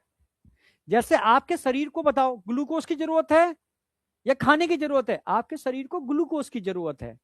पर आप रोटी क्यों डालते हो शरीर के अंदर, सब्जी क्यों डालते हो शरीर के अंदर? समझ रहे हो? अगर आप डायरेक्ट ग्लूकोज पी लोगे तो डायरेक्ट एनर्जी मिल जाएगी। अगर आप डायरेक्ट ग्लूकोज नहीं लोगे, आप रोटी डालोगे, सब्जी डालोगे, समझ रहे हो, आइसक्रीम डालोगे, तो वो टूटेंगे ग्लूकोज में। इसको डायरेक्ट ग्लूकोज दे दोगे तो मस्त है, पर डायरेक्ट ग्लूकोज नहीं मिल रहा, लैक्टोज दे रहे हो तो कोई दिक्कत नहीं है। वो लैक्टोज को ग्लूकोज गैलेक्टोज में तोड़ लेगा, तब अपना काम कर लेगा, सेम आपकी तरह। समझे? चलो, यानी अगर कॉलोनी नहीं आ रही तो मतलब ये कौन सा होगा, नंबर 1 नॉन ट्रांसफॉर्मेंट। ठीक है, तो नंबर 1 क्या होगा, non transformant. Non transformant.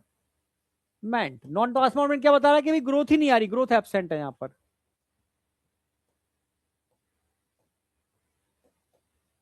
Growth absent है इन प्रेजेंस ऑफ एंटीबायोटिक, तो नॉन ट्रांसफॉर्मेंट ग्रोथ ही नहीं करेगा।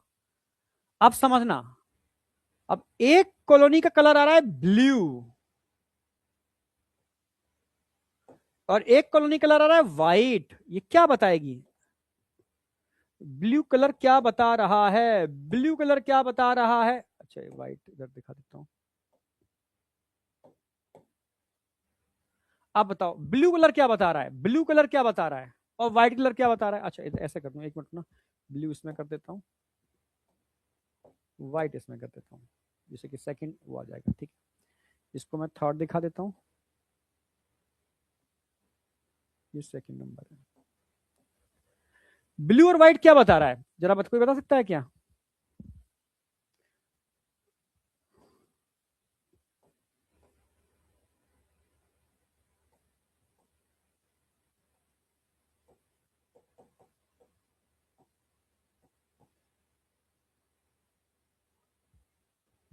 व्हाइट कॉलोनी क्या बता रही है और ये ब्लू कॉलोनी क्या बता रही है? ब्लू कॉलोनी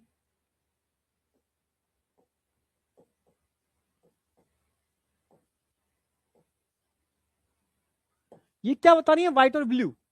व्हाइट का मतलब है यहां पर लेक ओपरोन काम नहीं कर रहा। ब्लू का मतलब है लैक ओपरोन काम कर रहा है। लैक ओपरोन काम नहीं कर रहा मतलब इंसर्शनल एक्टिवेशन हो गया। लैक ओपरोन काम कर रहा है मतलब इंसर्शनल एक्टिवेशन नहीं हुआ। इंसर्शनल एक्टिवेशन का मतलब है यहां पर रिकॉम्बिनेंट, समझना, ट्रांसफॉर्मेंट है, तो यहां क्या होगा? Recombinant transformant.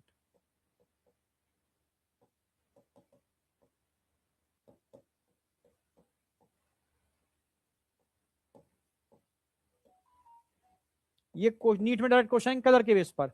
ये क्या है? Non recombinant transformant.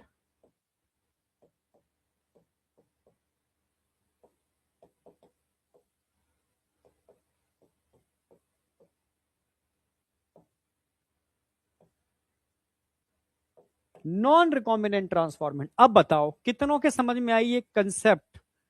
कितनों के आया? अब मुझे चाहिए वास्तव में, कितनों के कंसेप्ट समझ में आया ये बताओ।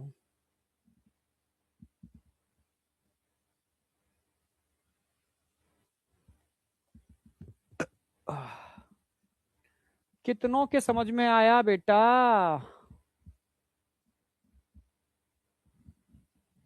बीएमएस आ गया, कंसेप्ट क्लियर गुरुजी, बहुत बढ़िया। पीयूसी बहुत सारे होते हैं, पीयूसी बहुत सारे एग्जाम्पल हैं पीयूसी के, ठीक है। ऐसे मैं पीयूसी 8 ले रहा हूं, ठीक है। हाँ, सब मैंने बताया ना भाई। पी प्लाज्मेट होता है, यूसी साइंटिस्ट के नाम होते हैं। 1 2 3 4 5 6 7 8 जो भी नंबर होंगे वो नंबर ऑफ आइसोलेशन है। तो ऐसे इनके सबके अपने अपने नाम हैं। तो पीयूसी 8 मैंने लिया है पीवीआर 322 की जगह। अब क्वेश्चन नीट का कैसे आएगा आप ये देख लो, नीट का क्वेश्चन कैसे पूछेगा वो।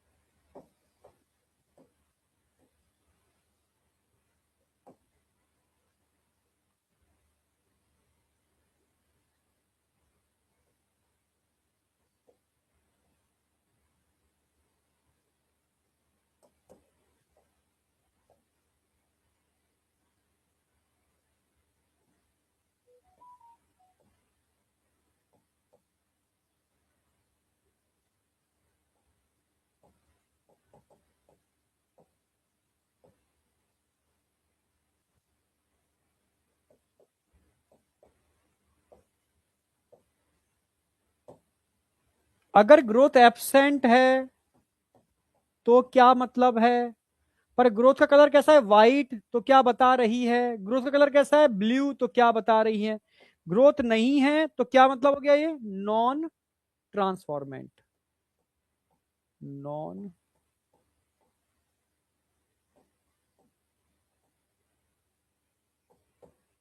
भाई व्हाइट कलर का मतलब है रिकॉम्बिनेशन, इंसर्शन, एक्टिवेशन हो गया।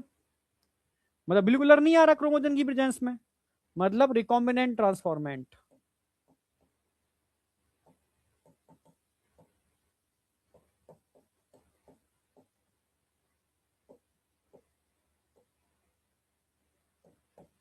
ये क्या है? नॉन रिकॉम्बिनेंट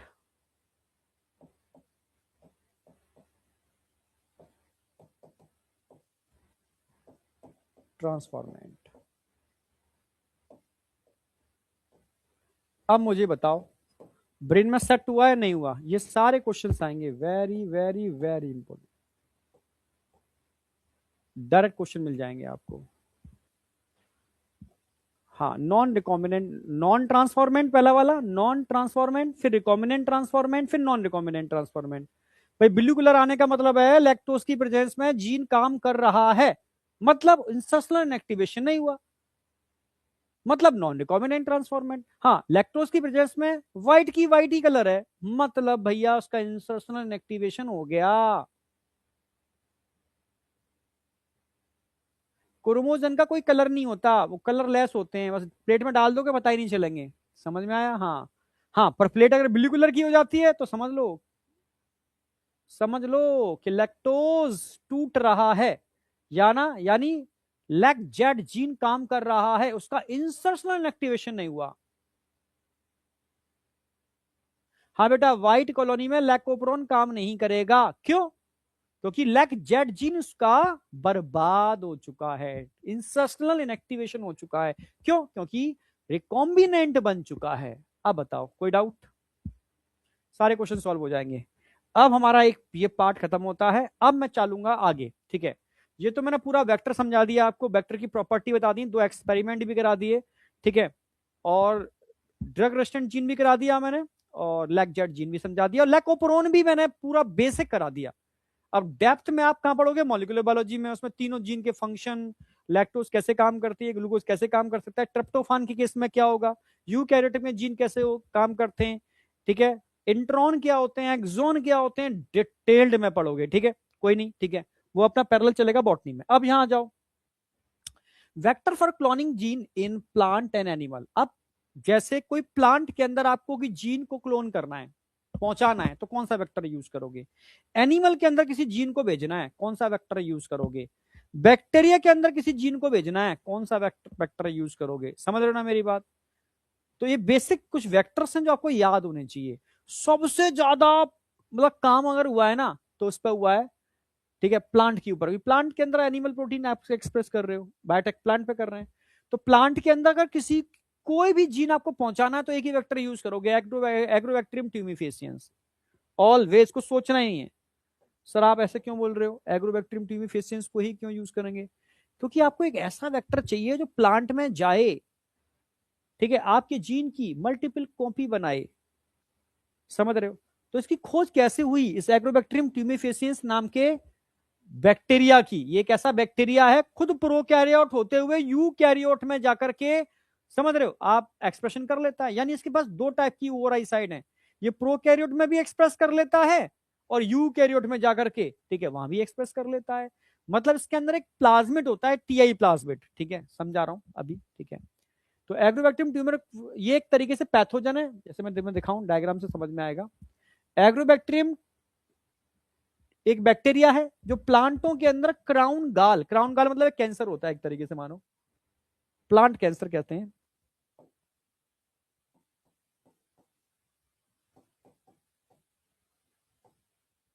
प्लांट कैंसर दिख रहा है, ये प्लांट कैंसर क्राउन गाल बना देता है, एक ऐसा बैक्टीरिया है। ये बैक्टीरिया प्लांट की रूट में, डाइकॉट प्लांट की रूट में ये बैक्टीरिया है, प्लांट की रूट में एंटर कर जाता है और क्राउन गाल बना देता है कैंसर। सर क्या फायदा है ऐसा करने से? इस बैक्टीरिया के पास एक प्लाज्मिड है, इसको बोलते हैं टीआई प्लाज्मिड, समझना। और टीआई प्लाज्मिड के पास एक डीएनए है, टी डीएनए, ये इसका अपना क्रोमोसोम है, उससे भी मतलब नहीं है। तब जब प्लांट में इन्फेक्शन करता है ना, तो अपने प्लाज्मिड को प्लांट सेल में डाल देता है, तो उसका टी डीएनए भी कहां चला जाएगा? प्लांट सेल के अंदर चला जाएगा। और टी डीएनए की खास बात पता है, ये ट्यूमर इंड्यूसिंग डीएनए है, ये ट्यूमर इंड्यूसिंग डीएनए है। ये प्लांट के अंदर अनकंट्रोल्ड ग्रोथ क्रिएट कर देगा, ठीक है? और साथ में ये प्लाज्मिड कुछ ऐसी प्रोटीन बनाता है जिसको ये बैक्टीरिया खाता है। यानी बैक्टीरिया को जिसकी जरूरत होती है वो सारी प्रोटीन किससे बनती है? टीआई प्लाज्मिड से, ठीक है? और वो प्रोटीन जिंदगी भर बनती रहे तो इसके लिए इसके पास क्या होता है? T DNA, tumour inducing DNA. तो जैसे ही वो इंड्यूस कर देता है तो यहां पर सेल की ग्रोथ चालू हो जाती है, बहुत सारी सेल बननी चालू हो जाती है, और सारी सेल उस प्रोटीन को बनाएंगे क्योंकि उसमें टीआई प्लाज्मिड है जिसको ये बैक्टीरिया चाहता है। तो बैक्टीरिया की स्ट्रेटेजी है, ये किसी भी डाइकॉट प्लांट की रूट में क्राउन गल क्रिएट कर देता है, मल्टीपल ग्रोथ चालू हो जाती है सेल की, और वो सेल इस बैक्टीरिया की प्रोटीन बनाना चालू कर देती है। साइंटिस्टों ने इस चीज को समझा, उन्होंने कहा अच्छा भाई, प्रोकैरियोट होते हुए तो यूकैरियोट के अंदर एक्सप्रेस कर लेता है, यानी तेरे पास दो ओआरआई साइड है, प्रोकैरियोट में एक्सप्रेस करने वाली और यूकैरियोट में एक्सप्रेस करने वाली। ठीक है, प्रोकैरियोट में एक्सप्रेस करने वाली ओआरआई साइड है, यूकैरियोटिक में एक्सप्रेस करने वाली ओआरआई साइड। ओआरआई का मतलब है वो साइड जहां पर प्रोकैरियोटिक एंजाइम बाइंड करते हैं, या वो साइड जहां पर यूकैरियोटिक एंजाइम बाइंड करते हैं। समझ रहे हो ना? एक मिनट रुकना भाई।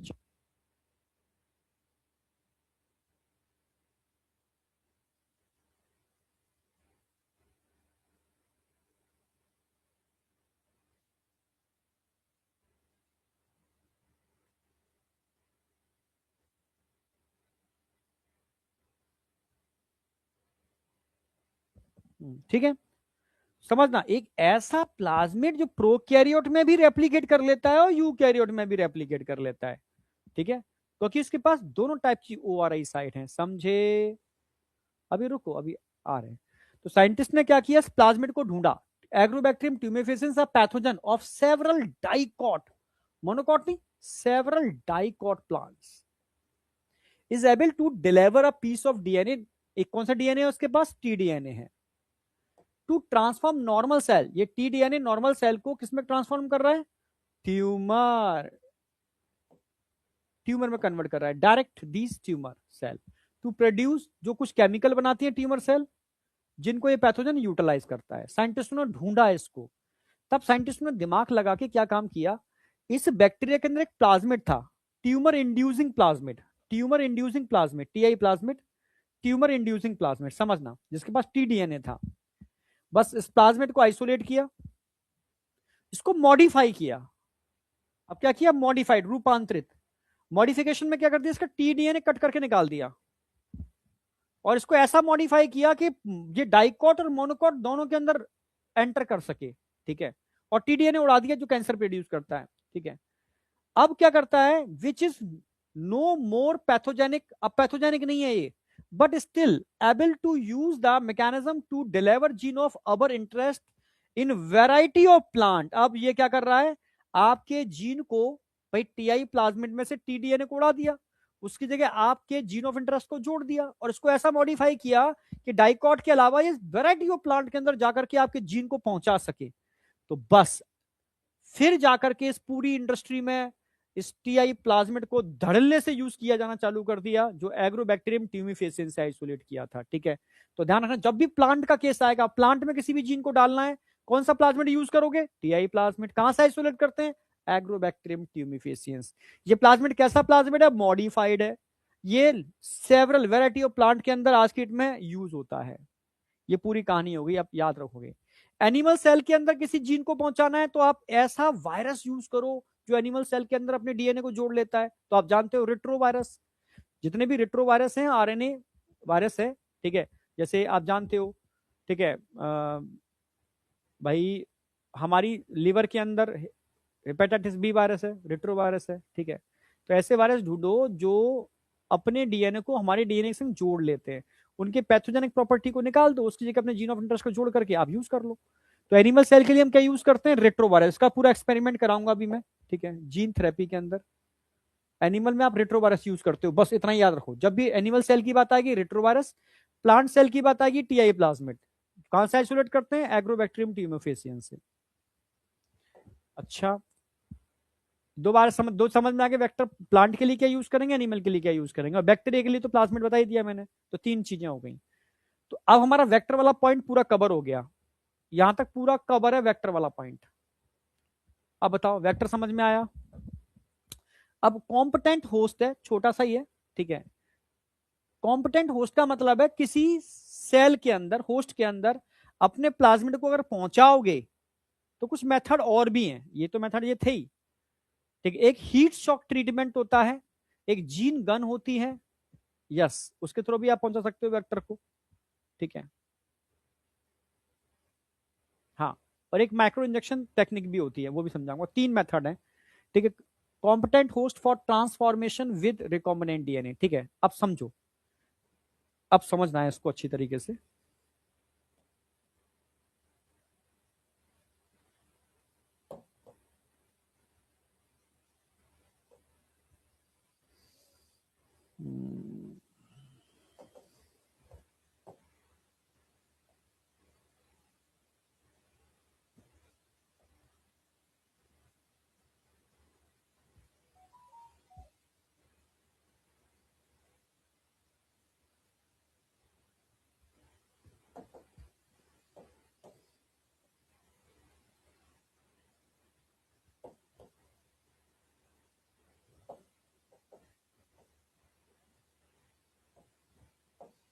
ड्रॉ करो इसको, हीट शॉक मेथड बोलते हैं। बैक्टीरियल सेल के अंदर किसी रिकॉम्बिनेंट को पहुंचाने का एक तरीका है, हीट शॉक मेथड।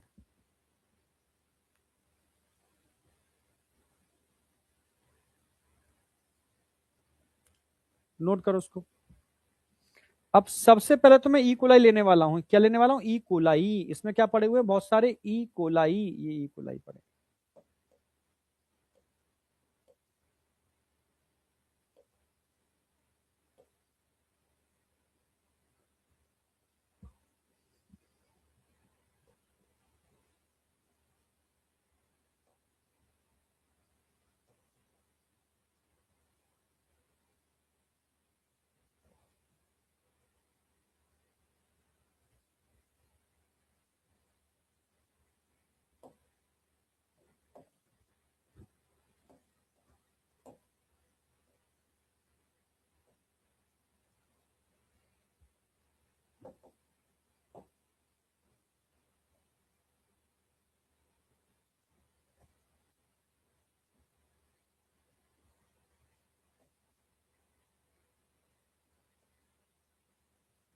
बिल्कुल सिंपल एक्सपेरिमेंट समझो।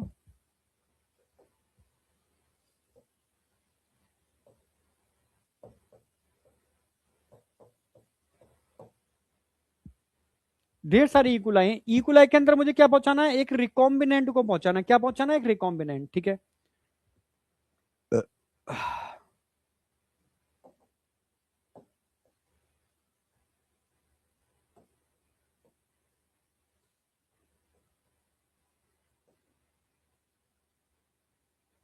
एक ही दिखा देता हूं मैं। ये रिकॉम्बिनेंट है मेरा।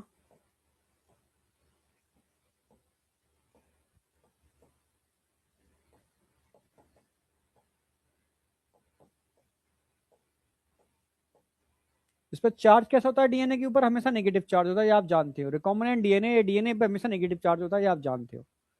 ठीक है, तो मैं इसको यूज करूंगा प्लस कैल्शियम आयन। इन पर पॉजिटिव चार्ज होता है। अब मैं इसको अप्लाई करूंगा इसके अंदर। एक फनल लूंगा,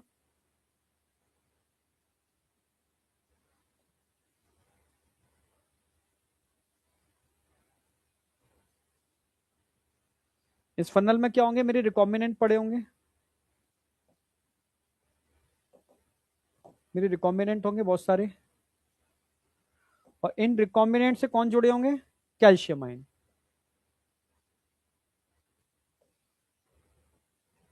कैल्शियम आयन पे चार्ज कैसा है? पॉजिटिव। समझना, कैल्शियम आयन। और रिकॉम्बिनेंट पे चार्ज कैसा है?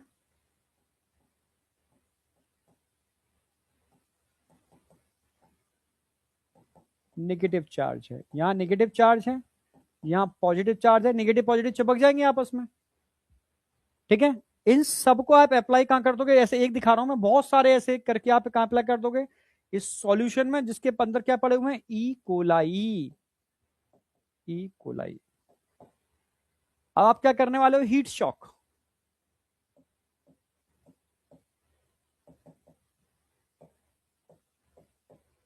हीट शॉक में क्या होता है?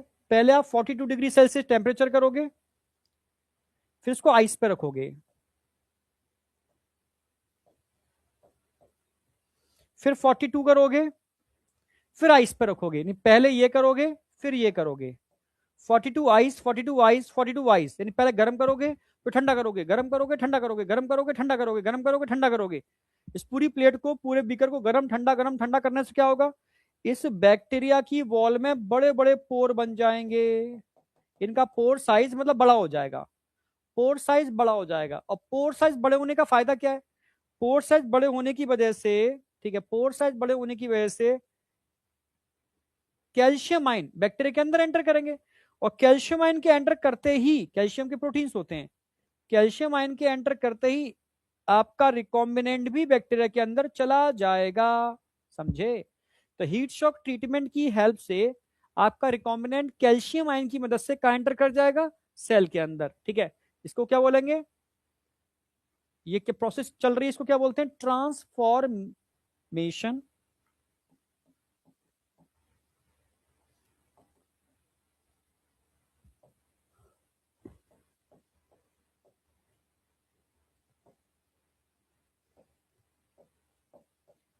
ट्रांसफॉर्मेशन की प्रोसेस चल रही है, ये क्या बन गया, ट्रांसफॉर्मेंट बन गया।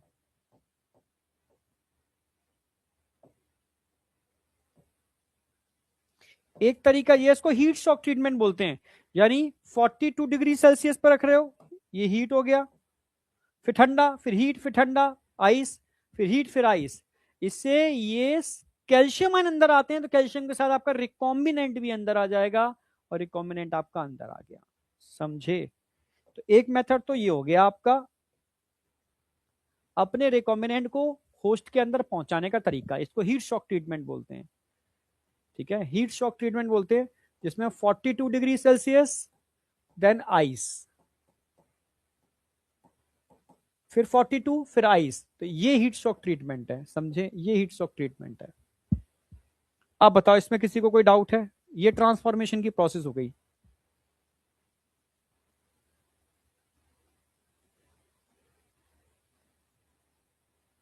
ये कौन है भाई, ये कौन है?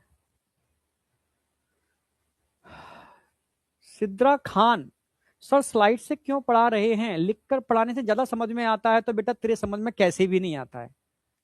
समझ में आया? पूरी जूलॉजी खत्म करने के बाद अगर कोई बच्चा या बच्ची ऐसा लिखता है ना, समझ लो उसको कुछ समझ में आता ही नहीं है। ये मान के चलो, डन, 100% बोल रहा हूं।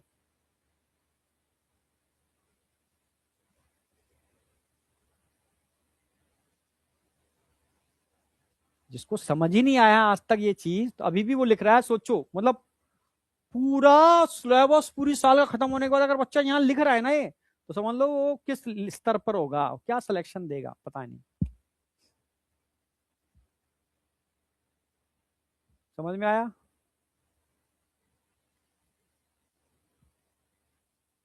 मोहम्मद काइफ भी लिख रहे हैं, लिख कर पढ़ाओ। अबे तेरी, मैं लोड लोड के पढ़ा रहा हूँ क्या? सामने होता जड़ देता मैं खींच के। ये क्या चल रहा है ये?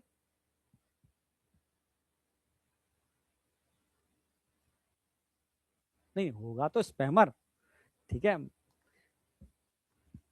मतलब बता रहा हूँ, सामने होता ना तो इनके ढंग से चपाटे पे दो चार गाल पड़ जाते ना, बस लाइन पे आ जाते हैं। जरूरी होता है भाई दो चार चढ़ना भी, जीवन सुधार देते हैं कभी कभी। समझ में आया? अरे स्पैमर स्पैमर सब कुछ है। ठीक है, मैं तो ये बोलता हूँ भाई, अपना बेस्ट दे रहा हूँ। ठीक है, समझ में आया तो ठीक है, नहीं आया तो कोई नहीं।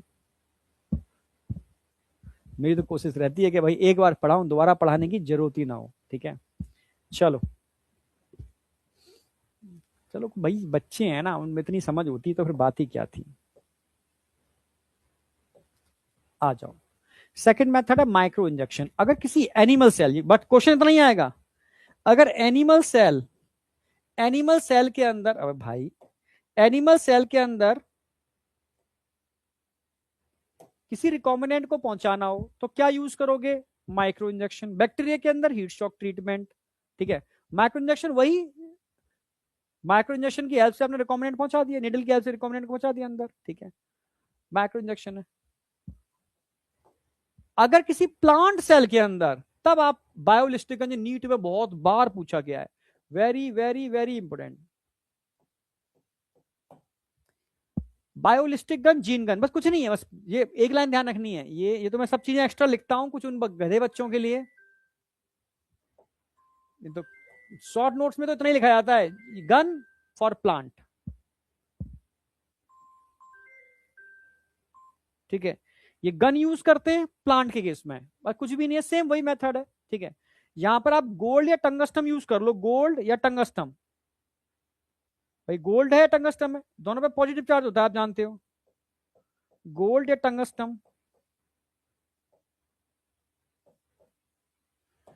इस पर के चार्ज कैसा होगा? Positive charge. चार्ज कैसा होगा? पॉजिटिव।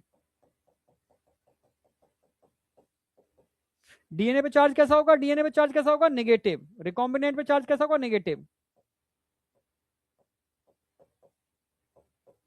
दोनों को मिलाओगे एक ही जगह, तो दोनों चिपक जाएंगे आपस में।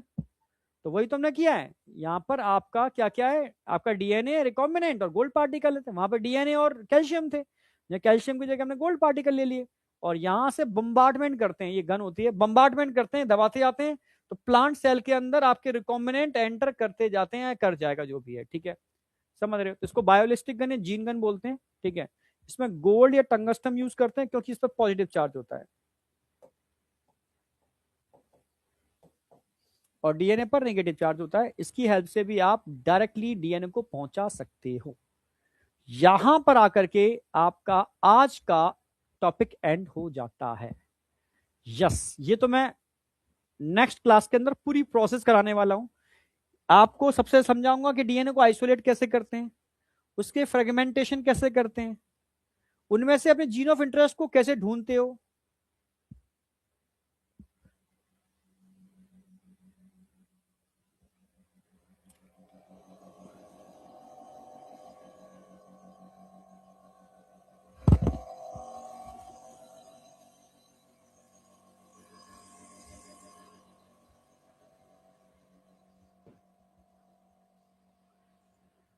एक मिनट यार, अचानक से बैटरी में से कुछ आवाज आ रही थी, ठीक है, हाँ कोई नहीं, ठीक है। फिर उस जीन को पीसीआर में डाल करके उसकी एम्प्लीफिकेशन कैसे करते हो, ठीक है। फिर वेक्टर में कैसे जोड़ते हो, फिर होस्ट में कैसे डालते हो, बता दिया मैंने। फिर बड़े बड़े फर्मेंटर में डाल करके अपना डिजायर्ड प्रोडक्ट कैसे बनाते हो, ये डिटेल्ड चलेगा अगली क्लास में। यहां से स्टार्ट करूंगा, यहां पर मैं एंड कर दूंगा, समझे। इसमें दो बहुत इंपॉर्टेंट टेक्निक आएंगी, एक पीसीआर और एक जेल इलेक्ट्रोफोरेसिस। यानी अगली क्लास आपकी बहुत इंटरेस्टिंग होने वाली है, ठीक है। वो लास्ट क्लास होगी, समझो इसकी मतलब इस चैप्टर की लास्ट क्लास होगी। कुछ क्वेश्चंस हैं, जरा बताओ।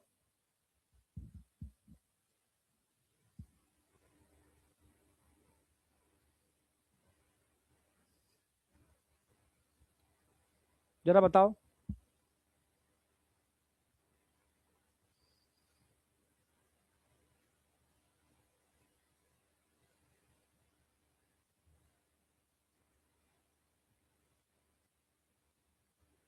थर्ड, देखो क्या बता रहे हैं बच्चे।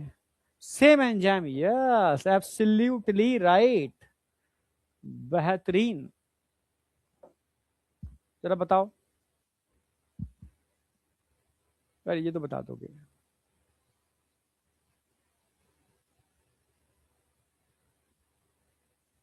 ये तो बता दोगे यार, ये तो बता दोगे। Absolutely right, absolutely right, Stanley कोहिन and Herbert Boyer. और भी है क्या? ओके। और ये तो मैं करा चुका हूँ, टेट्रासाइक्लिन ससेप्टेबिलिटी। अच्छा, कल वाले क्वेश्चंस आ गए, ओके। ठीक ठीक है, ठीक है, ठीक है। अच्छा एक और है, जरा बताना।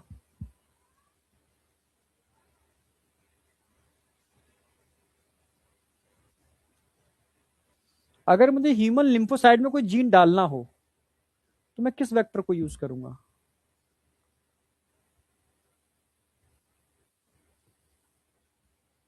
जो थर्ड लिख रहे हैं बिल्कुल सही लिख रहे हैं, रिट्रोवायरस। क्योंकि एनिमल सेल के अंदर कुछ भी डालना होगा तो आप रिट्रोवायरस यूज करोगे भाई। Animal cell retrovirus, okay. तो मिलते हैं बेटा, ठीक है। बायोटेक और ह्यूमन, अच्छा हेल्थ एंड डिसीज, ओके। देखो, अब मैं बाईटी पर भी दोनों ही कराने वाला हूं। जिसको रिवीजन करना हो बायोटेक या ह्यूमन हेल्थ एंड डिसीज का, ठीक है। अभी ह्यूमन हेल्थ एंड डिसीज आएगा मुझे लग रहा है, हाँ। फिर बायोटेक आएगा। जिसको रिवीजन करना है वो रिवीजन कर सकता है, ठीक है। तो शायद इस वीक, कल तो क्रिसमस है, शायद क्लास नहीं होगी क्रिसमस वाले दिन। कल शायद आपका ऑफ रहेगा, क्रिसमस है ना। ओके, और मतलब लेने को ले सकते हैं, देख बात करेंगे। वैसे वहाँ लाइव स्ट्रीमिंग का चक्कर रहता है, टीम होगी नहीं, उनकी छुट्टी होगी, ठीक है। देखते हैं कैसा है, ठीक है। कल तो जहाँ तक ऑफ है, कोई दिक्कत नहीं, ऑफ भी है तो आप अपना बैकलॉग कवर कर सकते हो, ठीक है। पर देखते हैं, कंडीशन पर डिपेंड करेगा। मतलब उसमें प्लानर में ऑफ है, जो तुम्हारा प्लानर मिला हुआ है। हाँ, तरुण से क्लास होगी तो शायद वो ले सकते हैं, ठीक है। क्योंकि क्योंकि क्योंकि सबको ही मिड जैन तक खत्म करना है और अच्छे से करना है। तो हम कोशिश करेंगे कि छुट्टियां तुम्हारी ना सब तुम्हें दें, ठीक है। पर ठीक है, मस्ती से करो, कोई दिक्कत नहीं है, ओके। न्यू ईयर वाले दिन छुट्टी कैंसिल कर देंगे। कल वाली डिपेंड करेगी टीचर्स के ऊपर। ठीक है, ठीक है, ओके, चलो, ओके, मिलते हैं अब नेक्स्ट वीक। और ये एक पूरा आपका कंप्लीट हो गया, ध्यान रखना इसका रिवीजन अच्छे से कर लेना, कहीं प्रोसेस में कराऊंगा ना तो इतनी चीजें आपको आनी चाहिए। और मैंने बहुत दिल से कराई है, सच कह रहा हूं, दिल से कराई है। ठीक है, मतलब बहुत, मतलब ये समझो कि मैं इतने कैरियर में, इतने साल के अंदर ऑनलाइन लेक्चर भी देखे थे एक जमाने में जो लोग लेते थे, ऑफलाइन में मैंने कितने इंस्टीट्यूट में देख चुका हूं। मैं जो दे रहा था ना, बिल्कुल एग्जैक्ट वो चीज दी है जो हम लोगों ने, मतलब खुद मैंने लैब में की है, बिल्कुल उस तरीके से कि तुम्हें बहुत समझ में आए। तो मैं मान के चलूंगा, जब प्रोसेस चला कराऊंगा मैं नेक्स्ट उसमें मंडे को। ठीक है, मंडे। तो प्रोसेस जब मैं कराऊंगा तो पूरा एकदम मजा आना चाहिए आपको, मतलब मजा आ जाना चाहिए प्रोसेस के अंदर। Okay, bye, all the best.